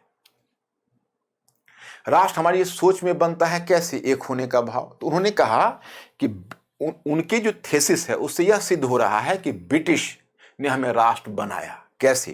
तो आधुनिक यातायात और संचार व्यवस्था दी, ओके। फिर उन्होंने, ब्रिटिश ने हमें जनगणना, एक होने का भाव दिया, हम एक हैं, हम एक हैं, हम एक हैं। अब जब हमारे प्रधानमंत्री जब कई बार बोलते हैं कि हम 125 करोड़ भारतीय अगर चाह ले कि भाई हम अपने देश को स्वच्छ रखें तो दुनिया का कोई माई का लाल उसे गंदा नहीं कर सकता। अब 125 करोड़ से तो अब कम से कम 130 करोड़ कहा जाना चाहिए, अब वो कहने भी लगे हैं। और अगर हम स्वच्छ रखना चाहें तो उसमें भी एक होने का भाव। आप हमेशा सुनेंगे 125 करोड़ भारतीय, 125 करोड़ भारतीय, यानी 125 crore Indians. So that will particularly, you can से persistently hunt your mind and you will be compelled to think we are common Indians. हमारे में एक ताकत है, हम इतने हैं, हम ये कर सकते हैं, इतने हाथ हैं हमारे पास। ये जो भाव आता है वो जनगणना देता है, ओके। तो राष्ट्रवाद की चेतना आई, उनका कहना है। और एक पॉइंट और भी इसमें जिसकी चर्चा अभी तक हमने नहीं की है, क्योंकि जब 19वीं सदी का समाज और धर्म स्वर्ण आंदोलन का जो समय है, उसी समय की एक और घटना है जो हमें याद रखनी है, वो है प्रिंट मीडिया। उसमें इलेक्ट्रॉनिक्स मीडिया तो बड़ी दूर की चीज थी जो आज है। प्रिंट मीडिया, प्रिंट मीडिया का मतलब है उपन्यास, जैसे बंकिम चंद्र चटर्जी ने लिखा आनंद मठ, उसी तरह के बहुत सारे पत्र पत्रिकाएं। तो पत्र पत्रिकाएं और जो नॉवेल्स लिखे गए, लिटरेचर, उसने लोगों में एक होने का भाव, वो जो शिक्षित भारतीय उनके बीच आपस में आदान प्रदान हुआ और जो एक होने का भाव पैदा हुआ, ये अपने आप में बड़ी चीज है। प्रिंट मीडिया का भी इसमें बहुत बड़ा रोल है। प्रिंट मीडिया ने एक होने का भाव पैदा किया, तो ये तो राष्ट्रवाद को जन्म दिया, ओके। अब आइए संप्रदायवाद। अब जो फैक्टर आपने यहां उठाया उसी फैक्टर को उठाइए। आधुनिक यातायात और संचार व्यवस्था। तो आधुनिक यातायात और संचार व्यवस्था ने जहां एक तरफ सामान्य भारतीयों को एक दूसरे से मिलने में मदद की, वहीं एक क्षेत्र में निवास करने वाले एक संप्रदाय के लोग और दूसरे क्षेत्र में निवास करने वाले दूसरे संप्रदाय के लोगों के बीच भी आपस में आवाजाही मिला दी, उनके बीच आवाजाही को बढ़ा दिया, कम्युनिकेशन को। दूसरा हमने कौन सा फैक्टर आपको बताया था? सेकेंड वन, हाँ, सेकेंड वन हमने बताया था कि आपको जैसे समाज एवं धर्म सुधार आंदोलन है जिसने हमारे आंतरिक विभाजन को समाप्त करके एकता का भाव दिया, राइट। लेकिन देखिए, जब हम राष्ट्र बनते हैं तो राष्ट्र बनने के लिए हमें चाहिए एक होने का भाव। अब हम एक हो रहे हैं तो आपस में जुड़ाव चाहिए। तो अब ये डिपेंड करता है, यह डिपेंड करता है, ये बहुत इंपॉर्टेंट चीज है, उसको ध्यान रखना। तब अपने आप का परीक्षण हम कर पाएंगे कि हम कहीं राष्ट्रवादी होने के नाम पर सांप्रदायिक भी तो नहीं हो रहे। जैसे अगर हम इसमें एक होने का भाव पैदा करते और एक होने में सपोज करिए यह है हिंदू कम्युनिटीज, ओके, और ये मुस्लिम्स हैं, ये क्रिश्चियंस हैं। 25% उस समय मुस्लिम्स थे इंडिया में, 25% उस समय पार्टीशन से पहले, और उसके बाद तो अब कम होकर 12% हो गए थे। लेकिन उसके बाद फिर देखिएगा सिख 2% है। तो उस समय खैर सिखिज्म हिंदुइज्म से बहुत हद तक निकटता थी, क्रिश्चियंस बहुत कम थे, फिर पारसी थे, तो इस तरह के थे। तो अब अगर आप अपने आप को राष्ट्र बना रहे हैं तो आप ध्यान रखिए कि आप राष्ट्र बनाने में कहीं संप्रदाय न बना दें, क्योंकि आप अगर राष्ट्र की बात करेंगे, लेकिन अगर क्योंकि देखो पश्चिम में दूसरी बात थी, पश्चिमी यूरोप में विविधता उतनी नहीं थी, उनका आकार छोटा है। अभी भी आप अगर यूरोप जाओगे तो आप एक क्षेत्र से दूसरे क्षेत्र में अगर मोटरेबल रोड से जा रहे होगे तो आप जैसे दिल्ली में हाईवेज पर फील करोगे कि हरियाणा स्वागत करता है, और उसी तरह आपको दिखेगा। वेलकम्स तो वहां नहीं लिखते, वहां कल्चर अलग है, लेकिन देखो कभी फ्रांस मिलेगा, कभी बेल्जियम मिलेगा, ऑस्ट्रिया मिलेगा। मतलब इंडियन स्टेट्स की तरह आप पार करते हो कुछ घंटों में आप यूरोपीय देशों से एक दूसरे में। और खासकर आपको चेक पोस्ट पर ब्रिटेन ने अपना एक अलग रखा था, तो जो शेंजन एग्रीमेंट से अलग था। अदरवाइज आप ऐसा महसूस करके देखोगे एक ही वीजा से आप उन कंट्रीज को घूमते हुए, आप जितना यूरोपीय संघ के देश हैं उसमें से अधिकांश में आप घूम लोगे। तो मैं आपको यह कहना चाहता हूं कि उनका आकार छोटा था, विविधता कम थी, तो उनका तो चल गया। अब हम लोग जब उनके मॉडल को अपनाने लगे तो दूसरे की माप से बने हुए पैंट को और किसी और को पहना दिया जाए, all fit for one size एक फ्रेज है, तो वही बात लागू हो रही है। वो अगर आप यहां पर लागू करोगे तो पहले आप अपने समाज की विविधता को समझो। अगर समाज की विविधता को नहीं समझ पाए, ब्रिटिश ने पहले ही कहा हिंदू काल, मुस्लिम काल और ब्रिटिश काल। मतलब उन्होंने जानबूझकर सिद्ध किया कि ए हिंदुओं, तुम्हारा इतिहास प्राचीन में ही था, मध्यकाल में तो तुम दबा दिए गए, ओके, बल्कि आधुनिक काल में चलकर हमने तुम्हें बहुत हद तक उबारा है।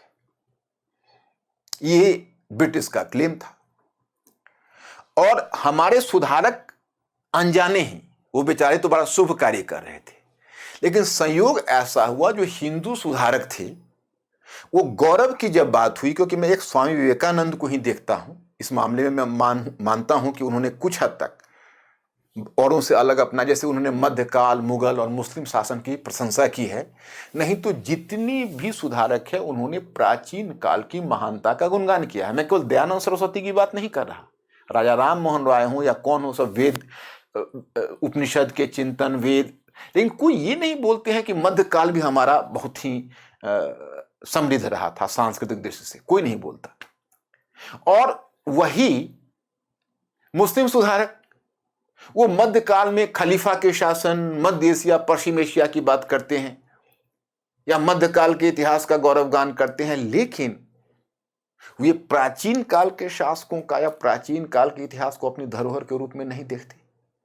तो पता नहीं हमारे राष्ट्र बनने की प्रक्रिया में, हमारे अवचेतन में, सबकॉन्शियस में ऑटोमेटिकली संप्रदायवाद घुस गया। मतलब एक सेंस ऑफ अदरनेस आ गया, हमें पता भी नहीं चला कब। मतलब हम अलग हैं, वो अलग हैं, यह हमने कहा नहीं, परंतु यह फीलिंग आती गई। आप अगर शहर का नाम बदलते हैं तो कहीं ऐसा तो नहीं है कि आप मिलीजुली संस्कृति की धरोहर को मिटा रहे हैं। आप एक सेंस ऑफ अदरनेस आप पैदा कर रहे हैं और आपको पता भी नहीं चल रहा है। आप अपने मद में फूले हुए हो, आप अपने गौरवगान में लिप्त हो, लेकिन आपको नहीं पता चल रहा है कि आपका एक मित्र अलगाव महसूस कर रहा है, क्योंकि आप अपने बड़प्पन में, आपको यह ध्यान नहीं है कि आप अपने परिवार के गौरवगान करने में अपने एक मित्र को आप खो रहे हो। ये गलतियां दोनों तरफ से हुई। तो यहां पर तो आप समझ सकते हो कि एक चेतना अनजाने आ गई।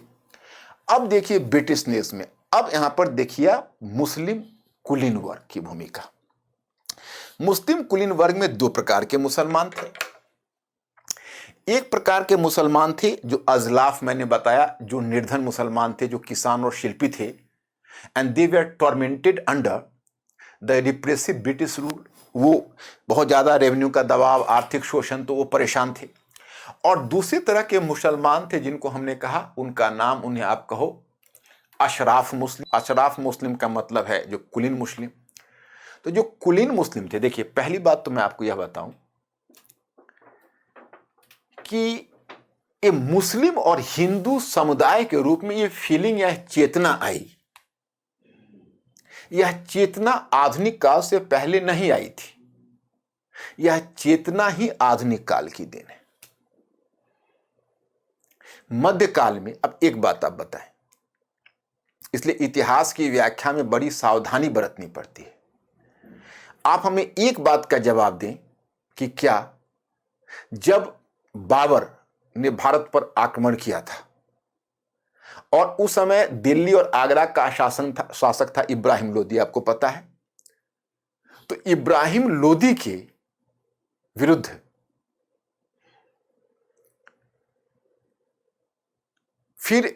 इब्राहिम लोदी के पक्ष में और बाबर के विरुद्ध लड़ने गए थे ग्वालियर के शासक मान सिंह तोमर के पुत्र विक्रमजीत, और उसी पानीपत के बैटल में वो मारे गए थे। मतलब ये मुसलमान है, हिंदू, वो फीलिंग नहीं थी, उन सबका अपना पावर इक्वेशन था जिनको जब होता था। और बाबर ने एक शब्द का प्रयोग किया, हिंदुस्तानी, नॉट हिंदू एंड मुसलमान, हिंदुस्तानी। तो हिंदुस्तानी शब्द का प्रयोग किया, यानी दोनों कॉमन धरोहर की बात उसने की बाबर ने। तो you can very well understand कि बाबर ने भी उनके बीच विभाजन नहीं किया। तो वो पावर इक्वेशन होता था। मैं आपको बताऊं कि पहले उनको मुस्लिम भी नहीं, कुछ तो विदेशियों को जिसमें शक है, कुशान है, सब ये उनको मलेक्ष बोलते थे, तो उनको भी वही बोलते थे पहले। फिर अलग अलग शब्द अलग अलग समय प्रचलित हो गया। जो मुस्लिम एज सच कम्युनिटी का कॉन्शसनेस मेडिवल में आ ही नहीं सका था। अब देखो, अगर ऐसा होता तो भारत, अब यही समझिए कि हिंदुस्तान में इल्तुतमिश के सामने उनको बहुत सारे मुस्लिम शासकों को भी अपने बहुत सारे रूल से कॉम्प्रोमाइज करना पड़ता था। इसलिए कहा जाता है कि इस्लाम का जो स्वरूप हिंदुस्तान में है, वह स्वरूप तो पश्चिम एशिया और अरब क्षेत्र के इस्लाम से काफी अलग हो गया। कोई भी मुगल शासक मक्का नहीं गए, अपने जिनको भी वो दंडित करते थे उनको मक्का भेजते थे। उनको सुन्नी शक्ति के बजाय शिया शक्ति ईरान के साथ गठबंधन रहा। वो सूफियों के दरगाह पर जाते थे, न कि मक्का। और मैं आपको यह बताऊं कि वे जो इस्लाम है हिंदुस्तान का, वो पश्चिम एशिया अरब के इस्लाम से, जो कि उसमें हिंदुइज्म और जाति व्यवस्था का भी प्रभाव आ गया। जब इल्तुतमिश से जब उलेमाओं का एक वर्ग मिला था और कहा था कि यहां पर मुस्लिम शरीयत लागू नहीं हो रहा है, and Hindu should be given the choice of either Islam or death, हिंदुओं को इस बात का चॉइस मिलना चाहिए कि या तो इस्लाम को कबूल करे या डेथ को कबूल करे। तो on the behalf of Iltutmish his prime minister Junaidi replied, Iltutmish की ओर से जुनैदी ने उसका जवाब दिया कि हम ऐसा कैसे कर सकते हैं, हिंदुस्तान में तो हमारी संख्या उतनी ही जितनी सब्जी में नमक, मतलब सब्जी में नमक, जस्ट सॉल्ट इन वेजिटेबल, यही हमारा नंबर है। तो उनको तो पता है कि हम एग्जिस्ट ही नहीं कर सकते इंडिया में। और चाहे औरंगजेब के बारे में कहते हो, औरंगजेब चाहे जितना भी कट्टर रहा हो, लेकिन एक बात आप गौर करिए कि क्या औरंगजेब के सबसे जो मशहूर और सबसे फेमस जो मनसबदार थे वो कौन थे? मेजर राय जयसिंह एंड जसवंत सिंह, 7000 जात और सवार रैंक। तो वो चल ही नहीं सकता था। तो वो मेडिवल में वो फीलिंग नहीं थी, ये फीलिंग ब्रिटिश ने लाई। ओके, तो ब्रिटिश ने फीलिंग लाई तो फिर डिवीजन जैसी चीज होने लगी। अब यहां पर मैं एक चीज आपको बताना चाहूंगा कि अब जो मुस्लिम कुलीन वर्ग के लोग थे उनकी भूमिका भी गलत होने लगी। अब एक तो उनमें एहसास होने लगा कि हम शासक वर्ग के लोग हैं और हमने शासन किया है। तो अब 2-3 फैक्टर काम करने लगे। एक फैक्टर काम करने लगे, जो मुस्लिम कुलीन वर्ग में कौन कौन सी चेतना काम कर रही है वो मैं आपको बताना चाहता।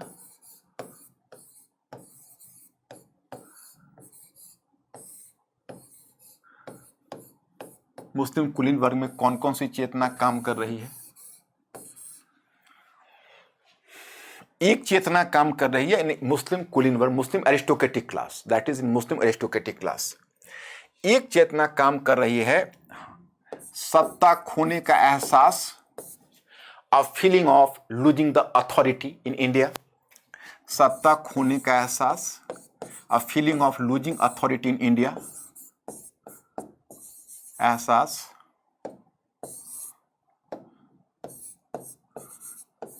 सत्ता खोने का एहसास, a feeling of losing authority in India, एक ये फैक्टर काम कर रहा है। दूसरा फैक्टर काम कर रहा है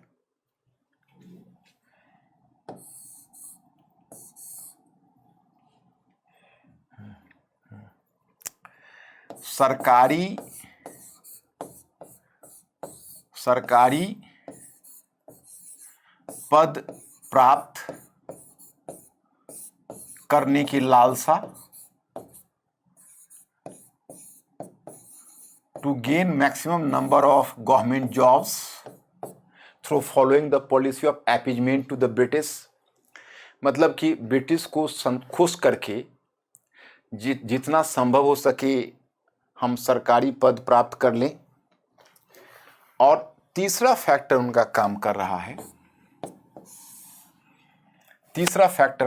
है, द थर्ड वन, कि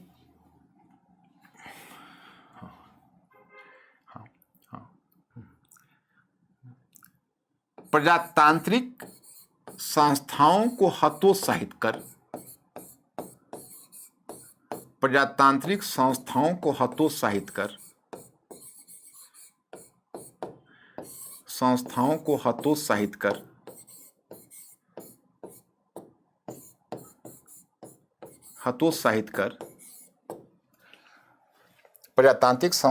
हतोत्साहित कर,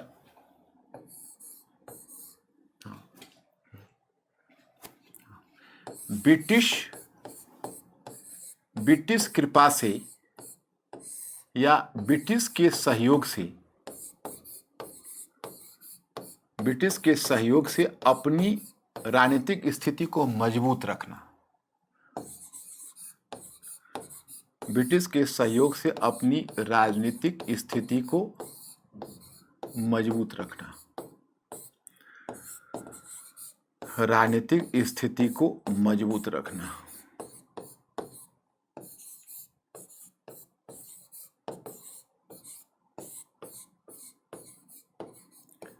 मतलब उसका कृपा प्राप्त कर और फिर ब्रिटिश की मदद से अपनी राजनीतिक स्थिति को मजबूत रखना। मतलब वो चाहते थे कि जहां तक संभव हो सके हम ब्रिटिश की मदद से अपनी राजनीतिक स्थिति को मजबूत रख सके। 3 फैक्टर मैंने आपको बताया कि a sense of losing the authority, सत्ता खोने का एहसास। दूसरा कि सरकारी पद को प्राप्त करने की लालसा, we have to gain the maximum number of government jobs.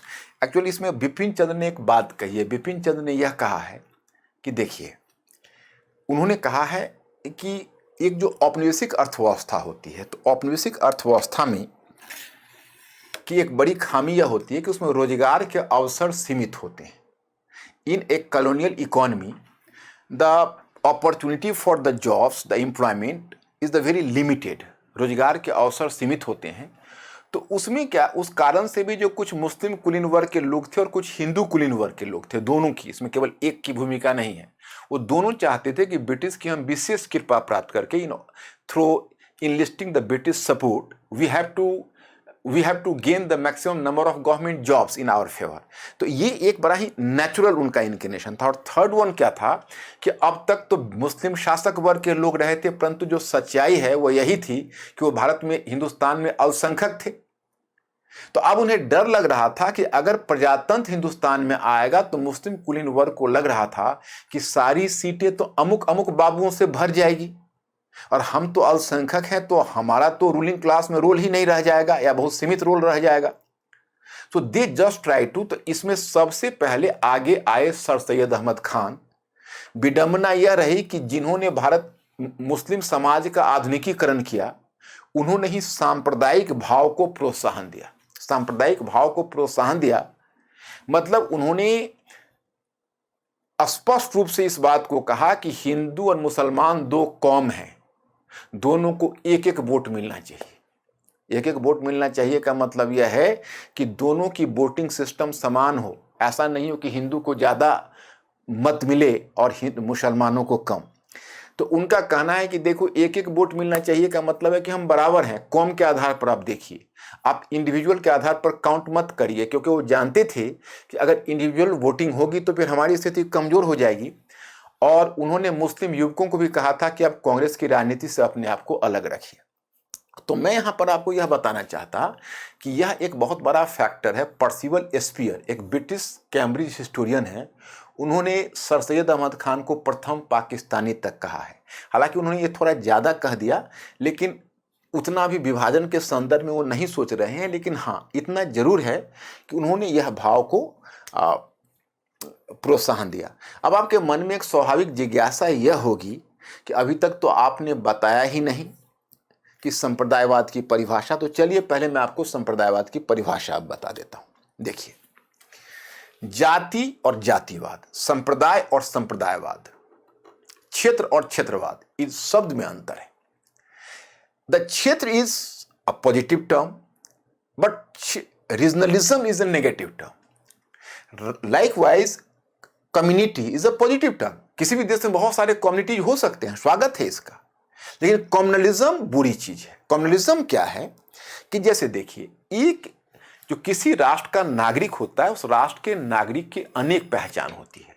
उनकी क्षेत्रीय पहचान होती है, उनकी जातीय पहचान होती है, उनकी धार्मिक पहचान होती है, उनकी शैक्षणिक पहचान होती है, उनकी सरकारी पहचान होती है, उनकी अन्य प्रकार की आर्थिक पहचान होती है, बहुत सारी पहचान होती है।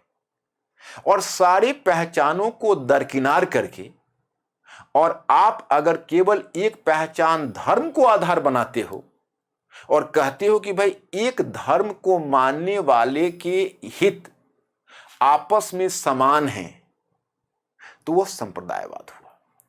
बिपिन चंद्र ने इसे परिभाषित करते हुए कहा है कि संप्रदायवाद एक ऐसी विचारधारा है जो यह मानकर चलती है कि एक विशेष संप्रदाय के राजनीतिक, आर्थिक और सामाजिक हित आपस में समान होते हैं।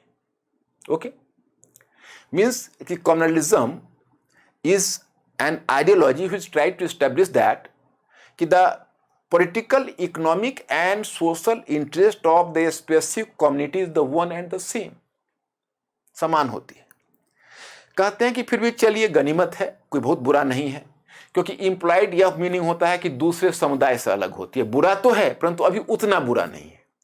लेकिन जब वह यह सोचने लगता है ये खास विशेष समुदाय के जो राजनीतिक, आर्थिक, सामाजिक हित हैं वह दूसरे समुदाय के इन हितों का विरोधी होता है, मीन्स कि that is antithetical to the same interest of other community, so then this factor and this perception is leading towards partition of a nation। तो यह फिर विभाजन की तरफ चला जाता है।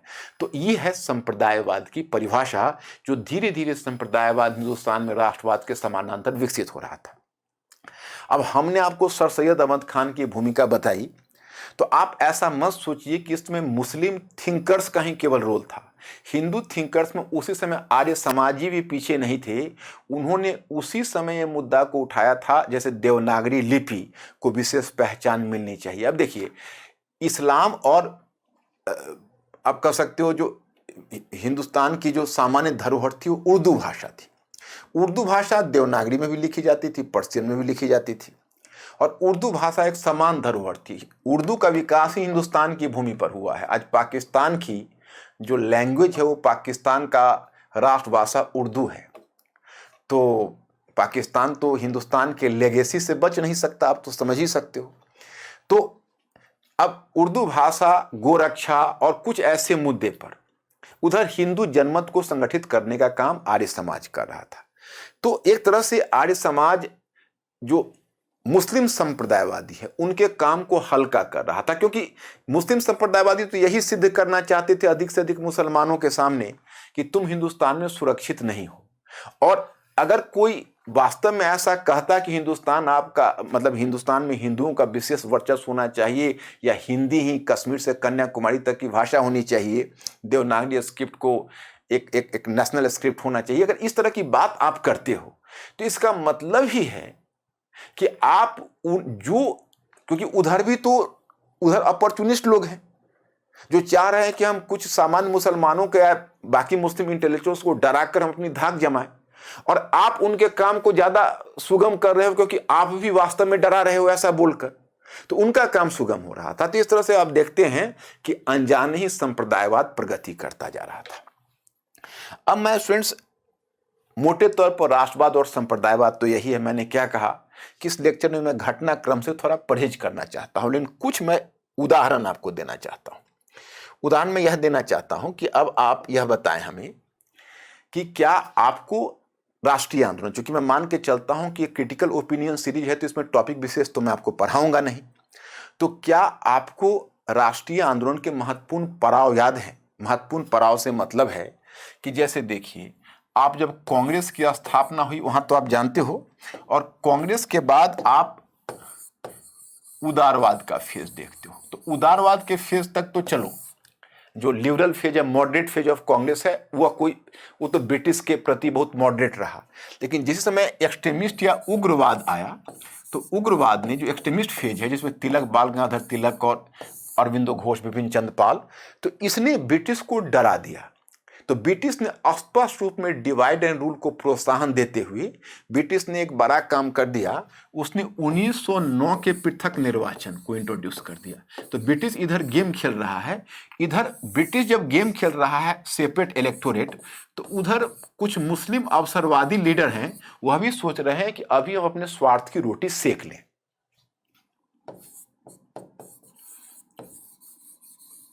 सेपरेट इलेक्टोरेट, अब सेपरेट इलेक्टोरेट जब उसने इंट्रोड्यूस किया, तो कुछ मुस्लिम सुधारक उसमें चाह रहे हैं कि हम स्वार्थ की रोटी सेक लें। तो उसी में नवाब सलीमुल्लाह हैं, आगा खान हैं, तो मोहसिन उल मुल्क हैं, तो इन सबों ने, सर सैयद अहमद खान के उत्तराधिकारी संयुक्त प्रांत में मोहसिन उल मुल्क हैं, तो उन्होंने क्या किया कि वो एक प्रतिनिधि मंडल ले गए शिमला 1906 में और पृथक निर्वाचन की मांग उठाई थी, और उन्हीं महानुभावों ने ढाका में मुस्लिम लीग की स्थापना 1906 में कर दी थी।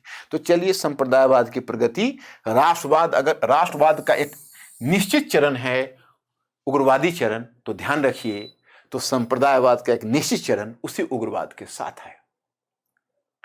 अब इसके आगे आप बढ़ते हो जस्ट वन स्टेप, तो आप देखते हो अब गांधी का आगमन हुआ 1920 का दशक।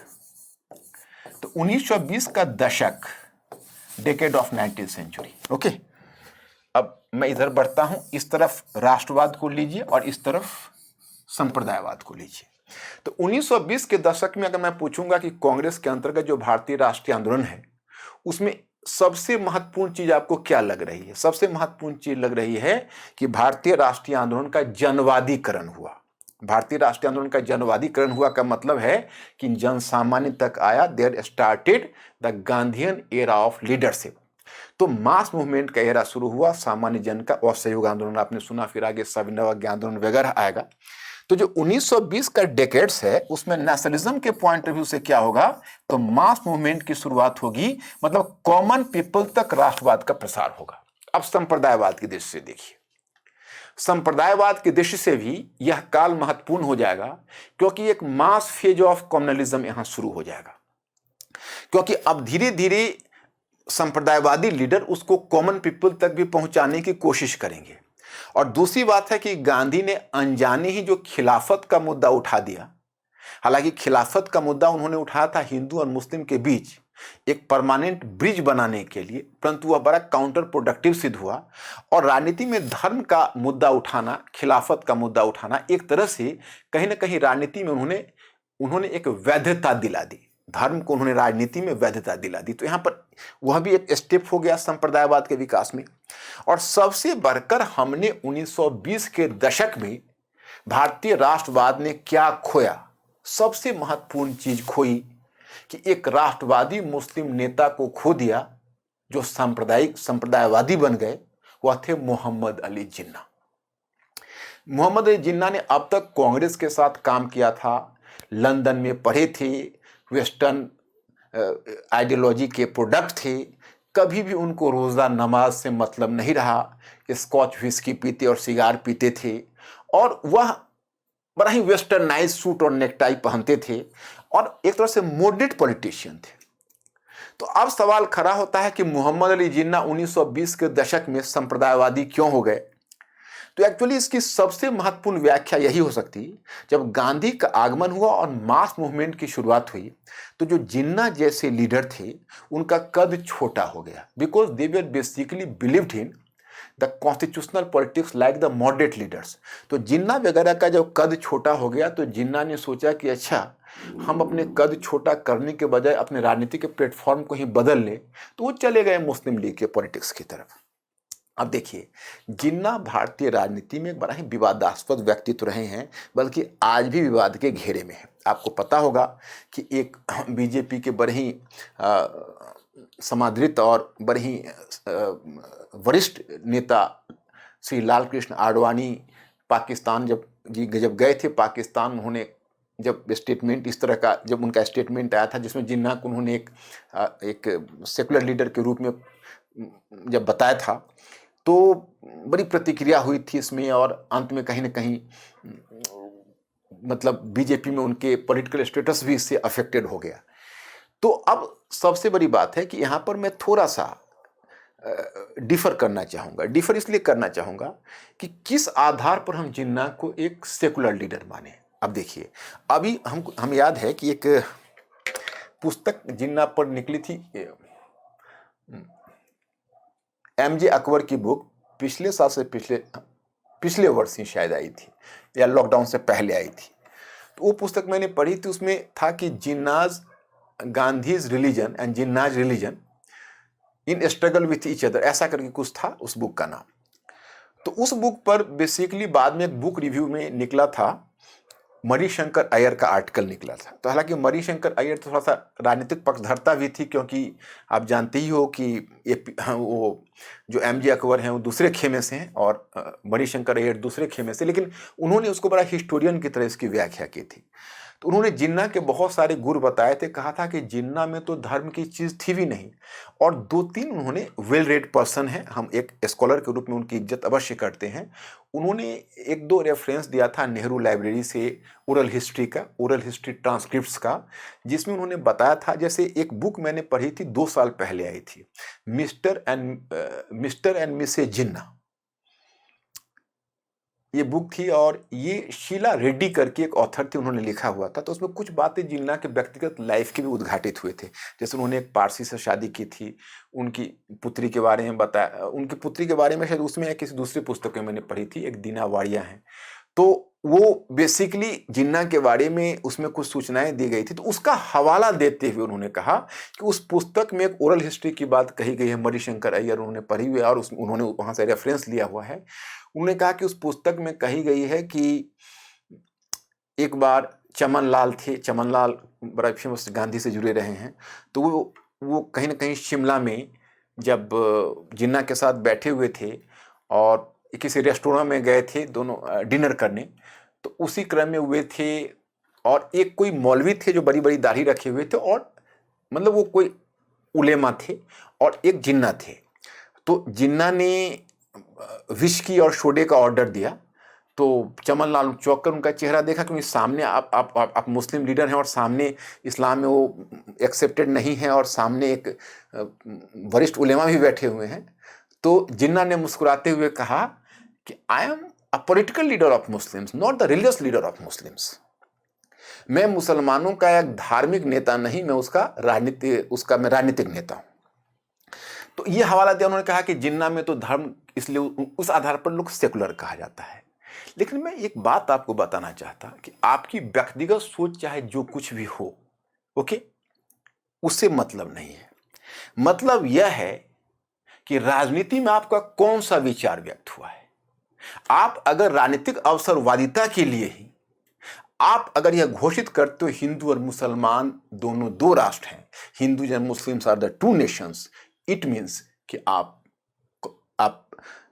इसका मतलब है कि कहीं ना कहीं कम्युनलिज्म के प्रति आपका रुझान है। तो हम जिन्ना को बचा नहीं सकते कि वो कम्युनल लीडर थे, उनकी व्यक्तिगत सोच हो सकती है, लेकिन आप व्यक्तिगत सोच के आधार पर सेकुलर नहीं कहे जाओगे। उस आधार पर तो औरंगजेब भी कहीं ना कहीं सेकुलर निकल जाएगा, क्योंकि औरंगजेब भले ही उसका धार्मिक रूढ़िवादिता जो हो, लेकिन हमेशा उसने धर्म का इस्तेमाल उसने बहुत जगहों पर राजनीति के लिए किया है। महाराजा जय सिंह को और जसवंत सिंह को इतने बड़े पद क्यों दिए? सबसे अधिक हिंदुओं की नियुक्ति मनसबदारों में उसके काल में हुई है। और मैं आपको बताऊं कि जब दक्षिण में गया था, दक्षिण अभियान पर, तो उसने 1704 की घटना है, जजिया टैक्स को भी वहां हटा दिया है। तो मतलब ऐसा नहीं है, क्योंकि उसमें वो कहीं ना कहीं मराठों के अगेंस्ट में जो हिंदू नायक है उसका समर्थन प्राप्त करना चाहता था। तो पॉलिटिक्स में तो रिलीजन का इस्तेमाल मध्यकाल में भी हुआ है, अभी भी हो रहा है। और जिन्ना ने पॉलिटिक्स में रिलीजन का इस्तेमाल किया, तो इसलिए उनको हम सेकुलर नहीं कह सकते। ये मेरा विचार है। और मैं आपको बताऊं कि बाद में क्या हुआ, मुस्लिम लीग जब 1937 का चुनाव जब मुस्लिम लीग हार गई, तो उस चुनाव हारने के बाद जिन्ना ने अपनी रणनीति बदल दी और बाद में मुस्लिम लीग के नेताओं ने बरेलवी के उलेमाओं से समर्थन लिया। और उलेमाओं ने एक तरह से आप कह सकते हैं कि आदेश जारी किया मुस्लिम लोगों को कि भाई आप लोग मुस्लिम लीग को वोट दीजिए। तो डायरेक्ट उलेमाओं और मस्जिद से अपील की जा रही थी मुस्लिम लीग को वोट देने के लिए मुसलमानों का। तो इज इट नॉट कम्युनलिज्म? और ये सब जिन्ना के लीडरशिप में हो रहा था।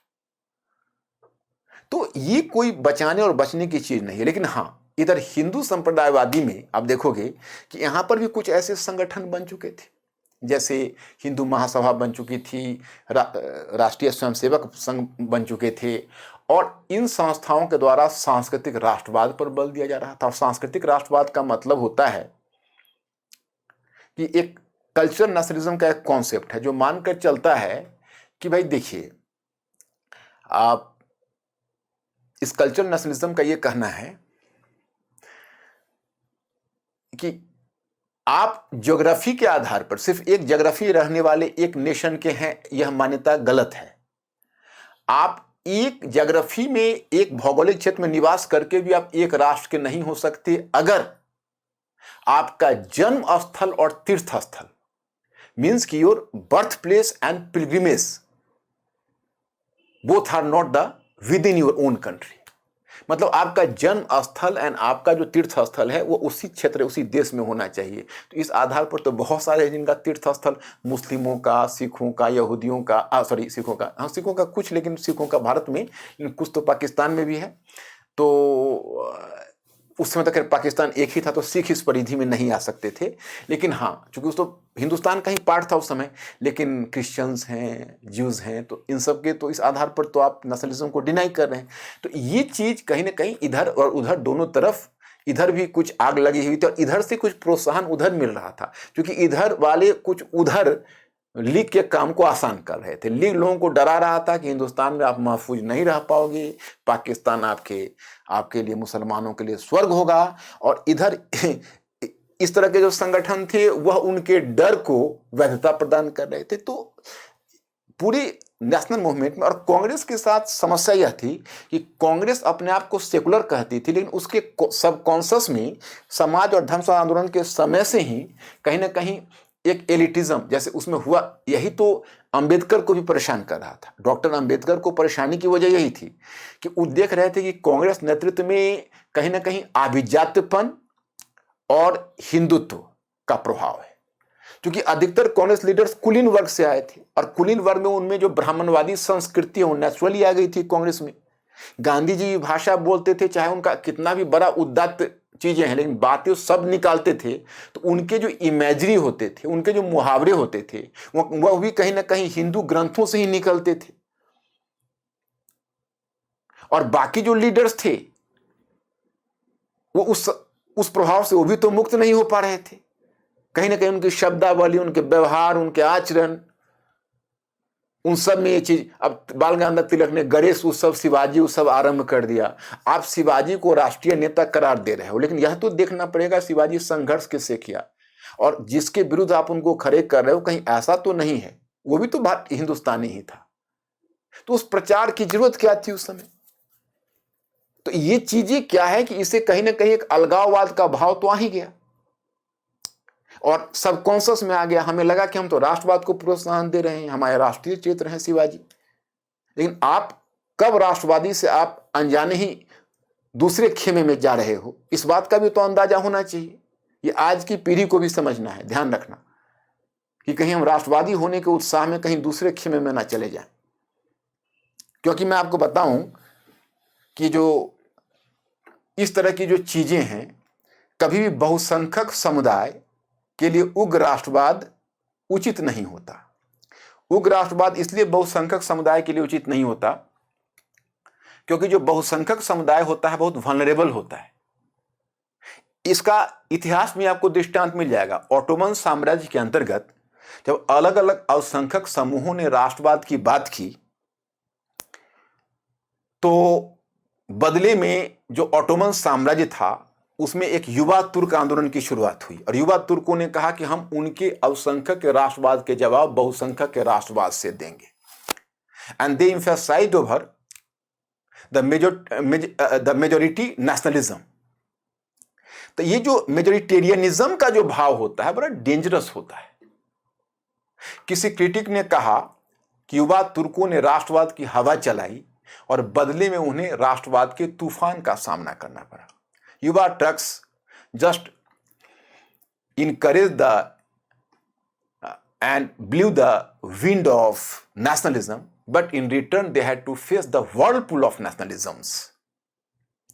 तो मतलब यह है कि ये चीजें हमें इतिहास से ही सबक लेना होगा और फिर ऑटोमन साम्राज्य को और भी विघटन तीव्र हो गया तो ये इसका समाधान नहीं होता। खैर एनीवे, तो हमारा ये कहना है कि उन्हीं कारणों से यहाँ पर संप्रदायवाद भी आया और फिर आप 1920 के बाद जब 1930 के दशक में आए, 1930s के दशक में, डेकेड में, तो इसमें एक अजीब बात हुई। इसमें हुई समाजवाद और वामपंथी दलों का विकास हुआ। यानी धीरे धीरे जो लेफ्टिस्ट आइडियोलॉजी थी, सोशलिस्ट आइडियोलॉजी थी, उसका पर्कुलेशन हुआ नेशनल मूवमेंट में।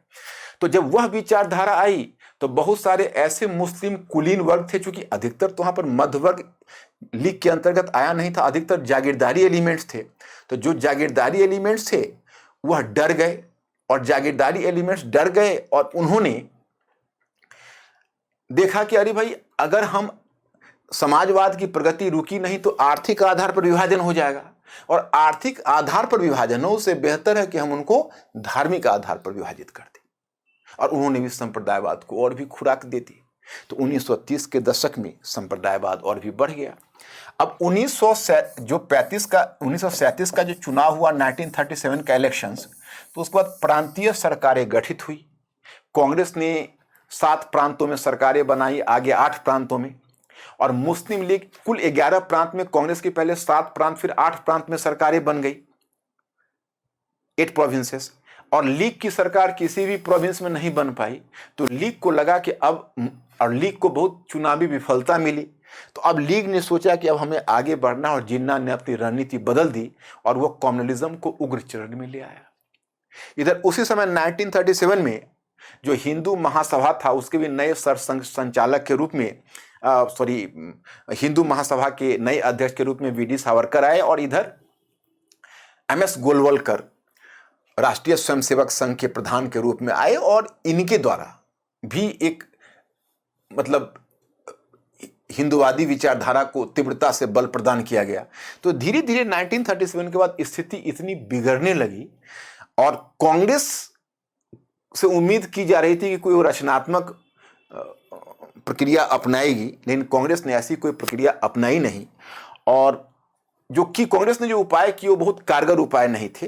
तो अल्टीमेटली तुम देखते हो, और फिर सेकेंड वर्ल्ड वॉर आया और ब्रिटिश को जब जब अपॉर्चुनिटी मिली उसने अपने ढंग से उसको भड़काया। सेकेंड वर्ल्ड वॉर के टाइम में भी इस प्रकार से संप्रदायवाद और राष्ट्रवाद दोनों का समानांतर प्रगति होती रही।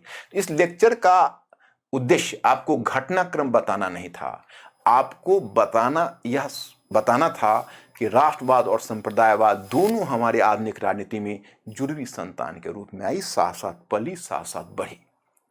अब मैं चाहूंगा आपको अगर कोई अगला लेक्चर दूं तो एक चीज दिखाऊं। आपने स्वतंत्रता के बाद भारत के बारे में तो कहीं ना कहीं पढ़ते रहते हो, सुनते रहते हो, समझते रहते हो अन्य विषयों में भी, लेकिन पाकिस्तान की दिशा स्वतंत्रता के बाद कैसे हुई, जिन्ना के बाद क्या हुआ, मैं चाहूंगा जब भी आपका क्लास लूं, कोशिश तो करूंगा अगले वीक देखता हूं, लेकिन आपको मैं एक लेक्चर पाकिस्तान की दशा और दिशा पर दूंगा विभाजन के पश्चात, उसकी दिशा क्या रही थी। तो आज इतना ही। Thank you very much. I will see you next week.